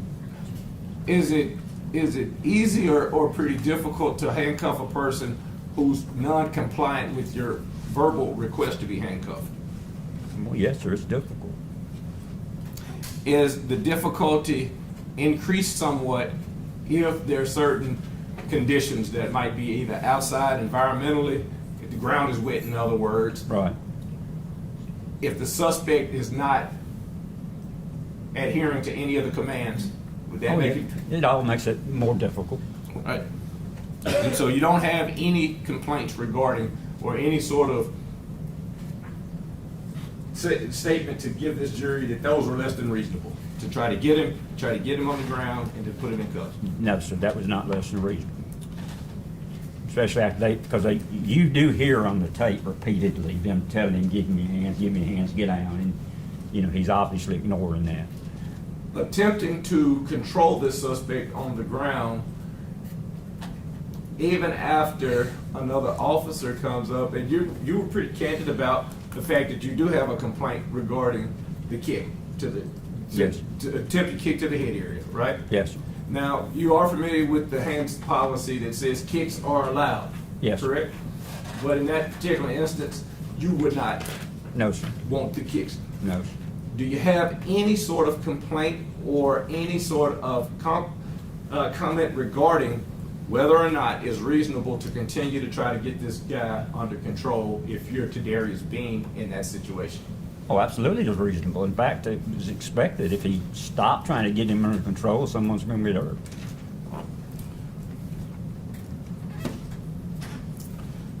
The attempt to, have you heard the term stay in the fight? Stay in the fight. Yes. Sir. And what does that mean to you? It means you don't quit. Did one of the officers have an opportunity to kind of walk off and catch their breath some? Yes, sir, I believe it was Mills. If I remember right, I know after he sprayed that pepper spray, must have got some on himself the way it sounded, you know, when he walked off like he was trying to get his breath. And even at that time, even after the point that it appeared that Mr. Nichols, did Mr. Nichols at some point appear to get up from the ground? Yes, sir, you got to. Is it as your experience as an officer, if you have a non-compliant person, is it more difficult to arrest a person who's standing up or to arrest him if he's on the ground? It's more difficult with him standing. Usually on the ground you can get better control of. In that particular situation that Mr. Bean and those officers were facing, would it have been an easier or more preferable, let's put it that way, preferable arrest to take him to the ground or to continue to have him standing up? Take him to the ground.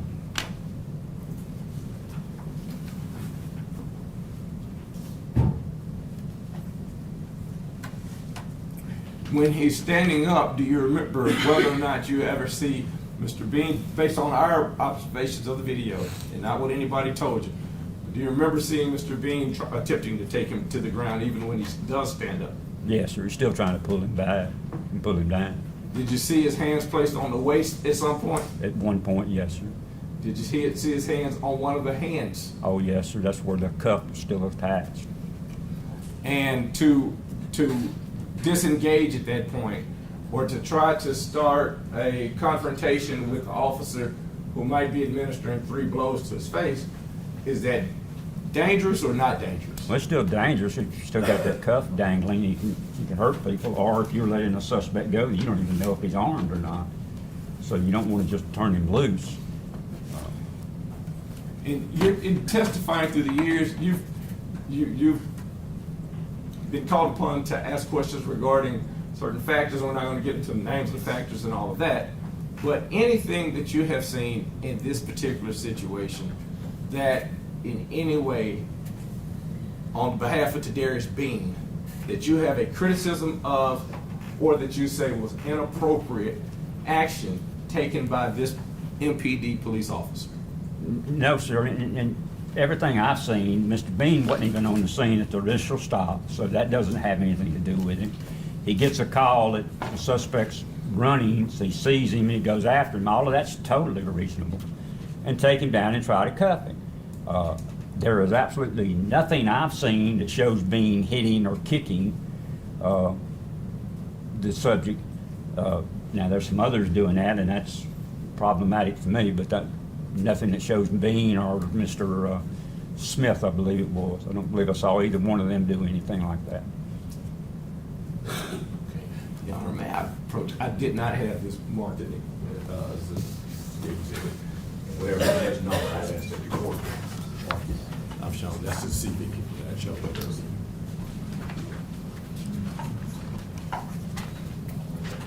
Any objections to the CV? No, Your Honor. All right, we'll show the 5-page resume of Mr. Tisdale as Exhibit 38. Your Honor, based on that, at this time, I pass the witness. All right. Mr. Leffler, Mr. Stengel? No question. All right, Mr. Zuma? I don't have anything, Your Honor. All right, State? Yes, Judge.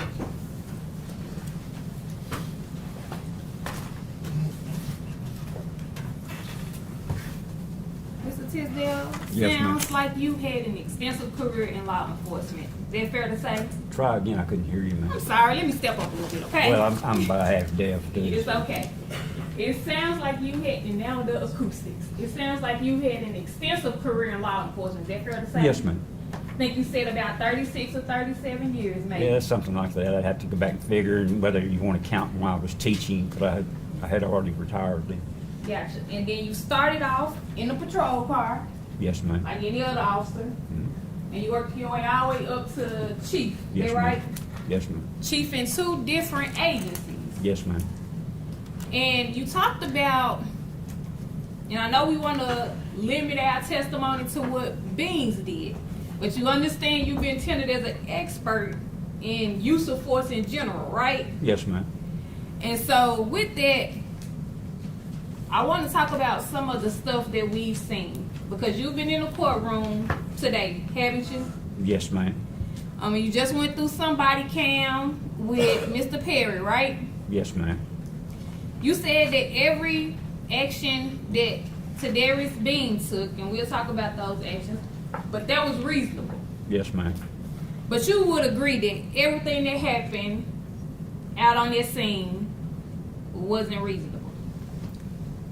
Based on what I know, because you have to remember I wasn't hired to investigate that part, so I didn't question people or look, into more evidence than what was approaching Mr. Bean. Right. We approach. So,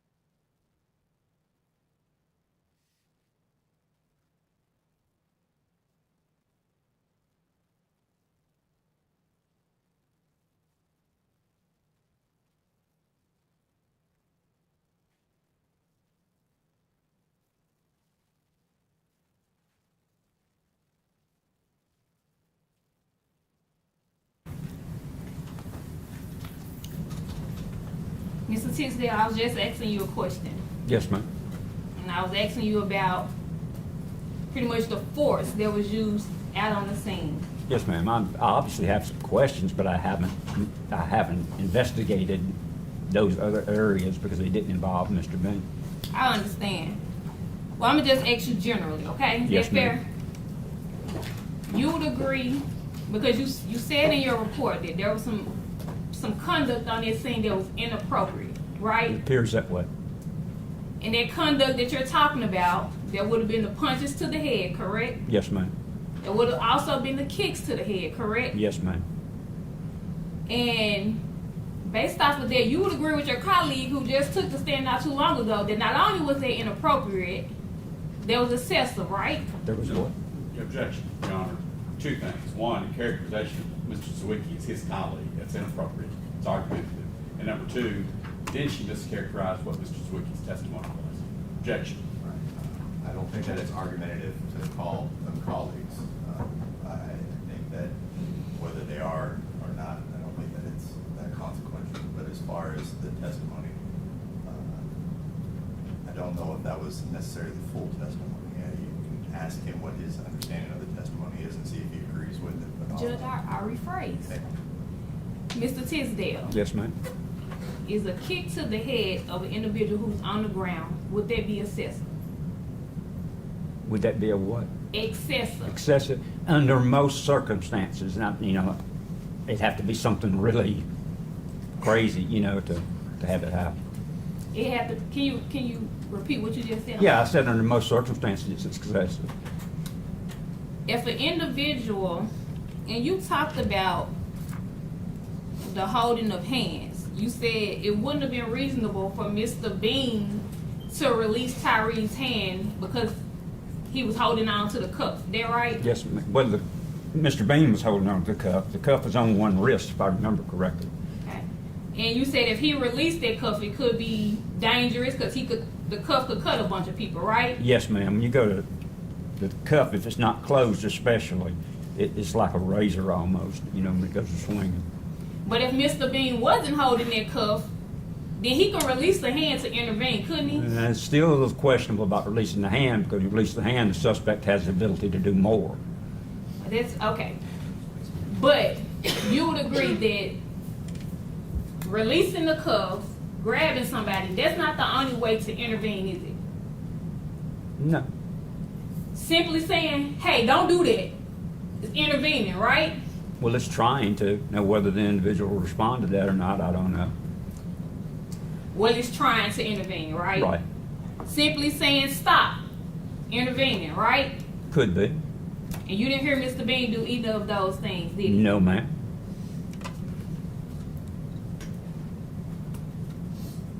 You talked about how if medical personnel made a scene, if they don't ask questions, officers don't have to volunteer information. Is that right? Not normally. You wouldn't bother them. You would leave them alone and let them treat the guys. Gotcha. And you say you're an expert in policy as well, right? I can't. Yes, ma'am. And you reviewed MPD policy for this case. Yes, ma'am. And if there is something in MPD policy that says officers do have a duty to let medical personnel know what's happening on the scene, I'm gonna object, Your Honor. If she's gonna ask a question specifically from the policy, if she could at least show the witness what she's referring to is all I'm asking. I mean, I think the question is whether he knows, and if it's there. I think the question that she's asking is a fine question, so I'll allow her to ask the question. thank you, Judge.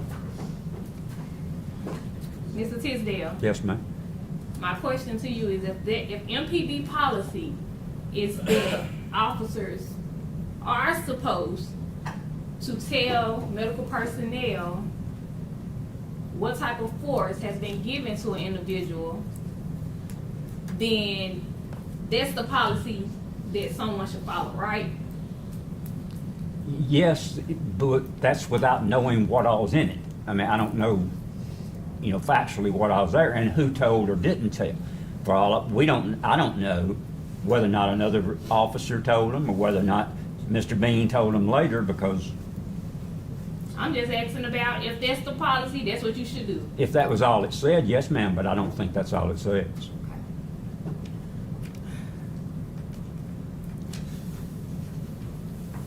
You talked about how officers are supposed to go back to their training, correct? What I said was under circumstances, they default to their training. So officers are supposed to follow training. You Yes, agree ma'am. with me on that? Yeah, you would like to, yes, ma'am. And you said you reviewed MPD materials. Are you aware that MPD only teaches 2 types of kicks? Yes, ma'am. What are those two type of kicks? I don't remember, but I remember noticing that they were in the use of force. Neither of those kicks are kicks to the head, are they? Oh, no, ma'am. Would you agree with me that any type of strikes to the head could be deadly force? Could be, yes, ma'am. Judge, one moment.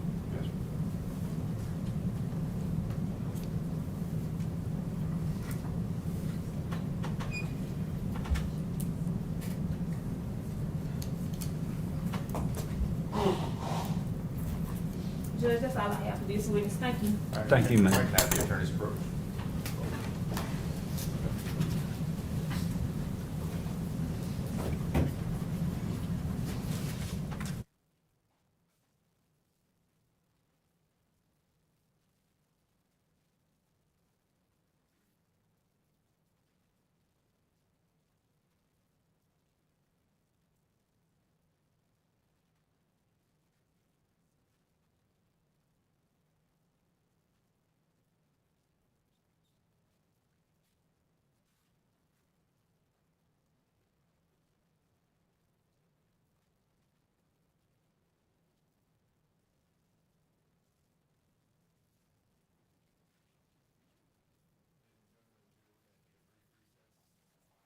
That I will play back momentarily, and we'll finish up with this.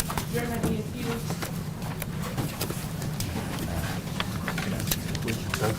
Okay, thank I just didn't want to be disrespectful. Your last name Jones? You ain't no kin to me, or my mama was a Jones.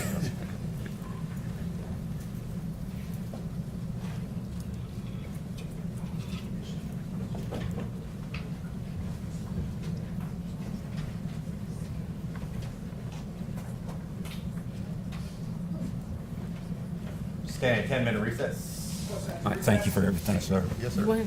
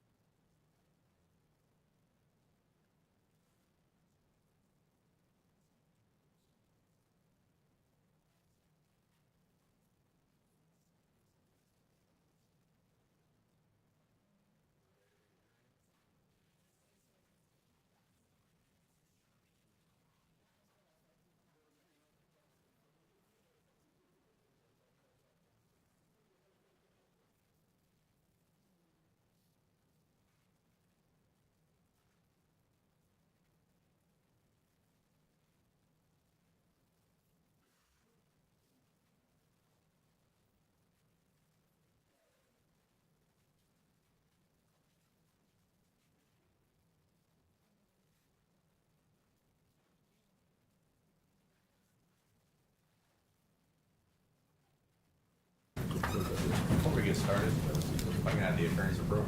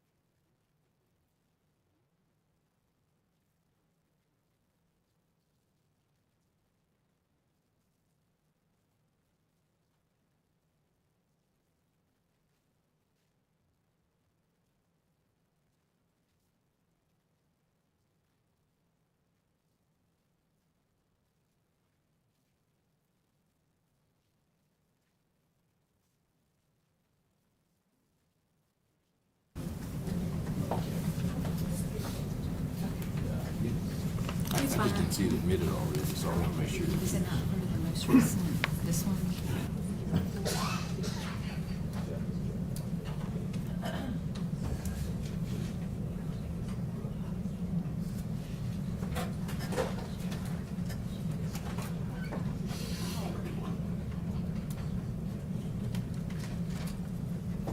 All right, Mr. Perry? Perry? Yes, sir. Mr. Tisdale, you were asked a few questions a moment ago, and I just have a couple follow-up. You were asked if it would have been practical if you see a person administer a kick, now without justifying as to what anybody has told you, period, but just under the hypothetical of if you have been blinded by pepper spray and you're trying to apprehend someone who's not coming into compliance, is it practical for that person to let go or to in any way say stop to anybody if they don't see what has happened, if they should say stop to? It's not likely, I mean, because you're kind of off target and you're more worried about yourself. And is your focus pretty much on the issue that's at hand? Yes.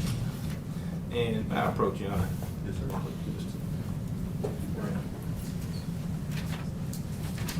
Thank you. You look at that document that I just handed you, that deputy handed you. Yes, sir. It's a police department policy and procedure section. And have you seen that policy previously? I think so, sir, but I'm not 100% sure. Okay.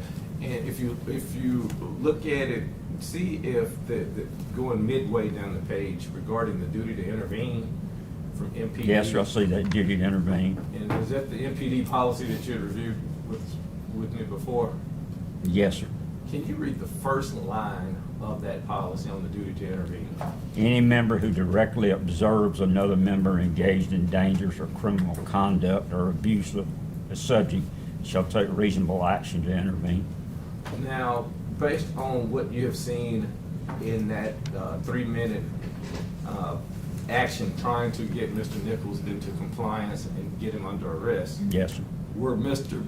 Bean's actions reasonable actions? Absolutely. And would it have been reasonable for Mr. Bean to stop what he's doing in order to in any way stop what some other officer is trying to do regarding the suspect at that time? No, sir. And to have stopped what he's doing, would that have created any sort of more dangerous or less dangerous situation for the officers on that It system? would have increased the danger. And I'd ask that be marked as whatever the next step would be, and that the court receive it as an exhibit. We will show the MPD policy procedure section of the rules, one page, as exhibit 39. Thank you, Your Honor. I don't have anything further from the witness, Your Honor. Anything else from this witness? Very briefly.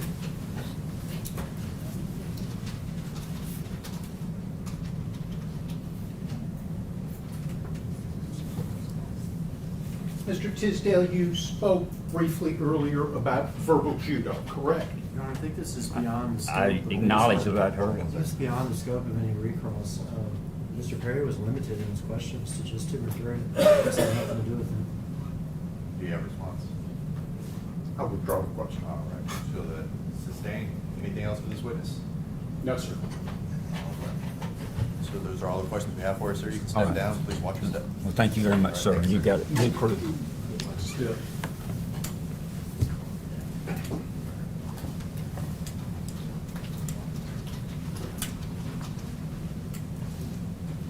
All right, Vince, you ready with your next witness? Yes, Your Honor, in order to keep matters moving, it being this hour, I'm going to call a short character witness on behalf of Justin Smith. All right. I think his name's Tate, Mr. We're Tate. calling last name Tate. T-A-T-E.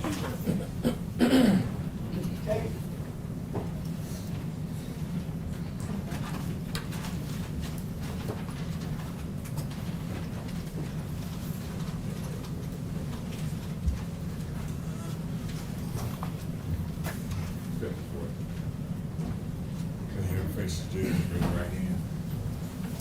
Sir, do you solemnly swear or affirm that the testimony you give today will be the truth and nothing but the truth, so help you God? Yes, sir. All right, please have a seat, sir. All right, proceed. Thank you, Your Honor. Could you please state your full name and spell it for the court reporter, please? Yes, sir. It's, first name is Curtis, that's C-U-R-T-I-S. Last name is Tate, that is T-A-T-E. All right. And how are you employed? I work for the City of Memphis Police Department. And how long have you been, are you a police officer? A police officer, yes, sir. Okay, so you're a police officer in Memphis Police Department. Yes, sir. How long have you been a police officer in Memphis Police Department? A little over 6 years. And do you know Mr. Justin Smith sitting over there? I do know Justin Smith. And how long have you known Justin? I've known Justin Smith for 5 years. Have you worked directly with him? I have worked with Justin Smith. And have you known him long enough and well enough in order to form an opinion as to the character of Justin Smith? I have, sir. Could you please share with the jury and the judge what your opinion is regarding Justin Smith's character? Yes. My opinion of Justin Smith is he's an honorable, honest guy. He is a loving father and a husband. He is professional, he's kind, he's gentle, and he's courageous. He's incapable of, in my opinion, of hurting a victim, any suspect, and any citizen. And what I know of Justin Smith is if Justin Smith knew that a citizen was being treated unfairly, he would stop and intervene, and he would confront that officer. I know that Justin Smith, I know, is the kind of guy that if your mom or your daughter was broke down on the side of the road, you'd want him to be driving by because he'd stop and help. If one of your family members was on the wrong side of a mistake and had to be taken into custody, the Justin Smith that I know, that's who you'd want to do it because he'd make sure that they were treated fairly. That's the Justin Smith that I know. Are you familiar with whether or not Justin Smith has a reputation within the Memphis Police Department and specifically the organized crime side? You don't work in organized crime, do you? I did. You used to. So Yes, do sir. you have knowledge or information regarding Justin Smith's reputation amongst the Memphis Police Department and the OCU umbrella, for lack of a better word? Absolutely. It's the same reputation that I just spoke to you all about. He is an honest, hardworking, courageous, fair person. He's incapable of being untruthful. That is the Justin Smith's reputation that I know of from working with him in the organized crime unit for the Memphis Police Department. That's all I have as witness, Judge. Mr. Perry? No questions, Judge. No questions. All right, state. You said Justin Smith's a good person. Yes, sir. Good people sometimes do bad things. Yes, sir. You agree with that? Yes, sir, I do. I heard a word that you said I don't agree with, okay? Yes, sir. I've heard incapable.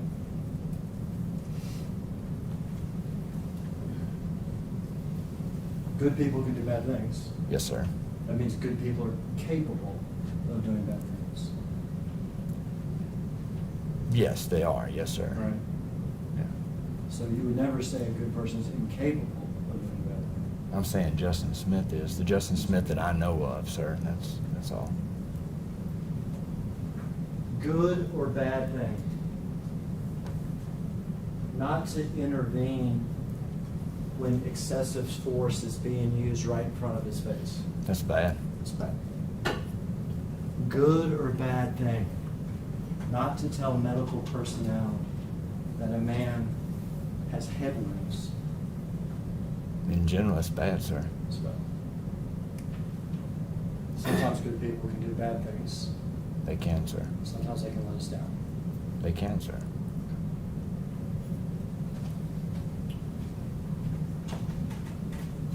Was there anything else? Finished?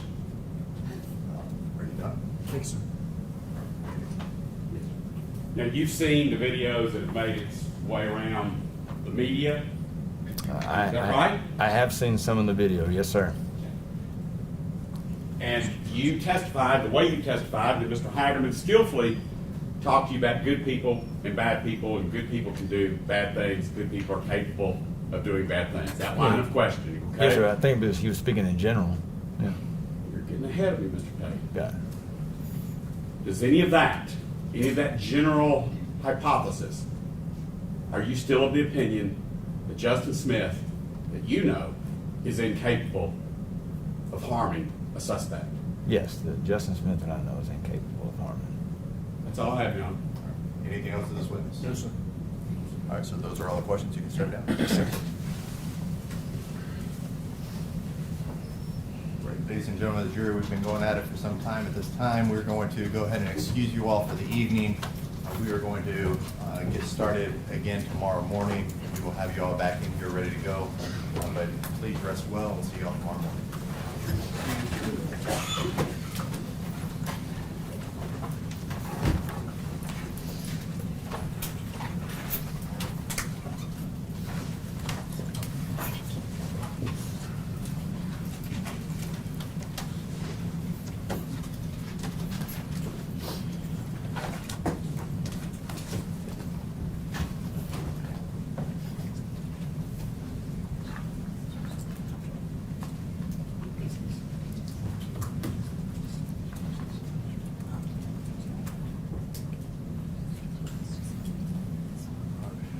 Jury is now stepped out of the courtroom.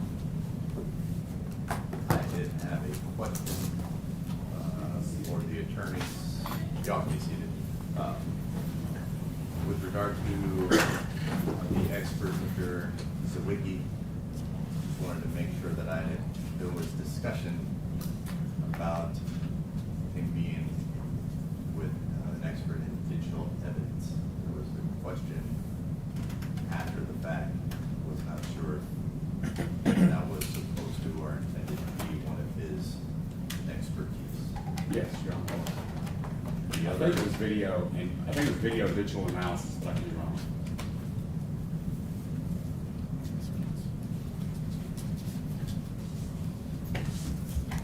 And then the other was, you say, an individual critical incident as far as the other expertise of Mr. Zawicki. You had listed off several, but one of them had an individual critical incident. It was just confirmed that that's what. That sounds like one of those word jumbles I'm capable of. In other words, if the video digital evidence analysis is added to the big long list, I'm not asking for the critical incident. All right. Whatever that was, individual critical incident. All right. So just what I have for Mr. Zawicki was the defensive tactics, human factors, deadly force, police training, and video and digital analysis. Yeah, that's. All right, so that's the question I had for you. Are there any housekeeping matters that we need to address before we adjourn? Judge, the only question I had, are there special entrances for us to get in on Saturday morning? The same door that you all come in through the attorney door, you just have to be plugged in. So you'll need to, I guess we'll need to make sure that you all come in with your client, because there's not going to be public insurance for them to be able to come in. They'll have to come in through the attorney door with you. I'm just gonna inform the court, on Darius Bing's behalf, we're finished with our presentation, so I didn't know, you want just a general rest at the conclusion of everybody. I just bring it to your attention. All right. Is there anything else? All right, we can go ahead.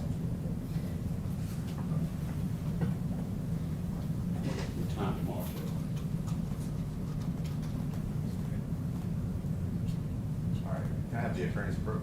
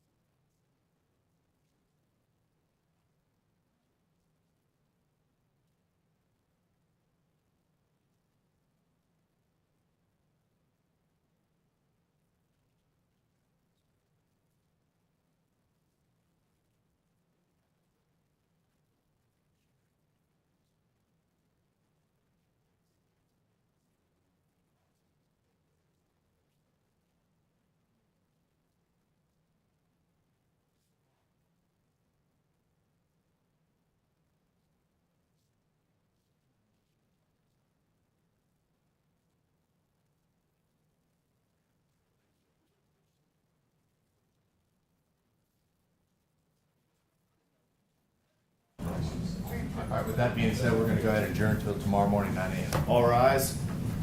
Court stands adjourned till tomorrow morning, 9 a.m.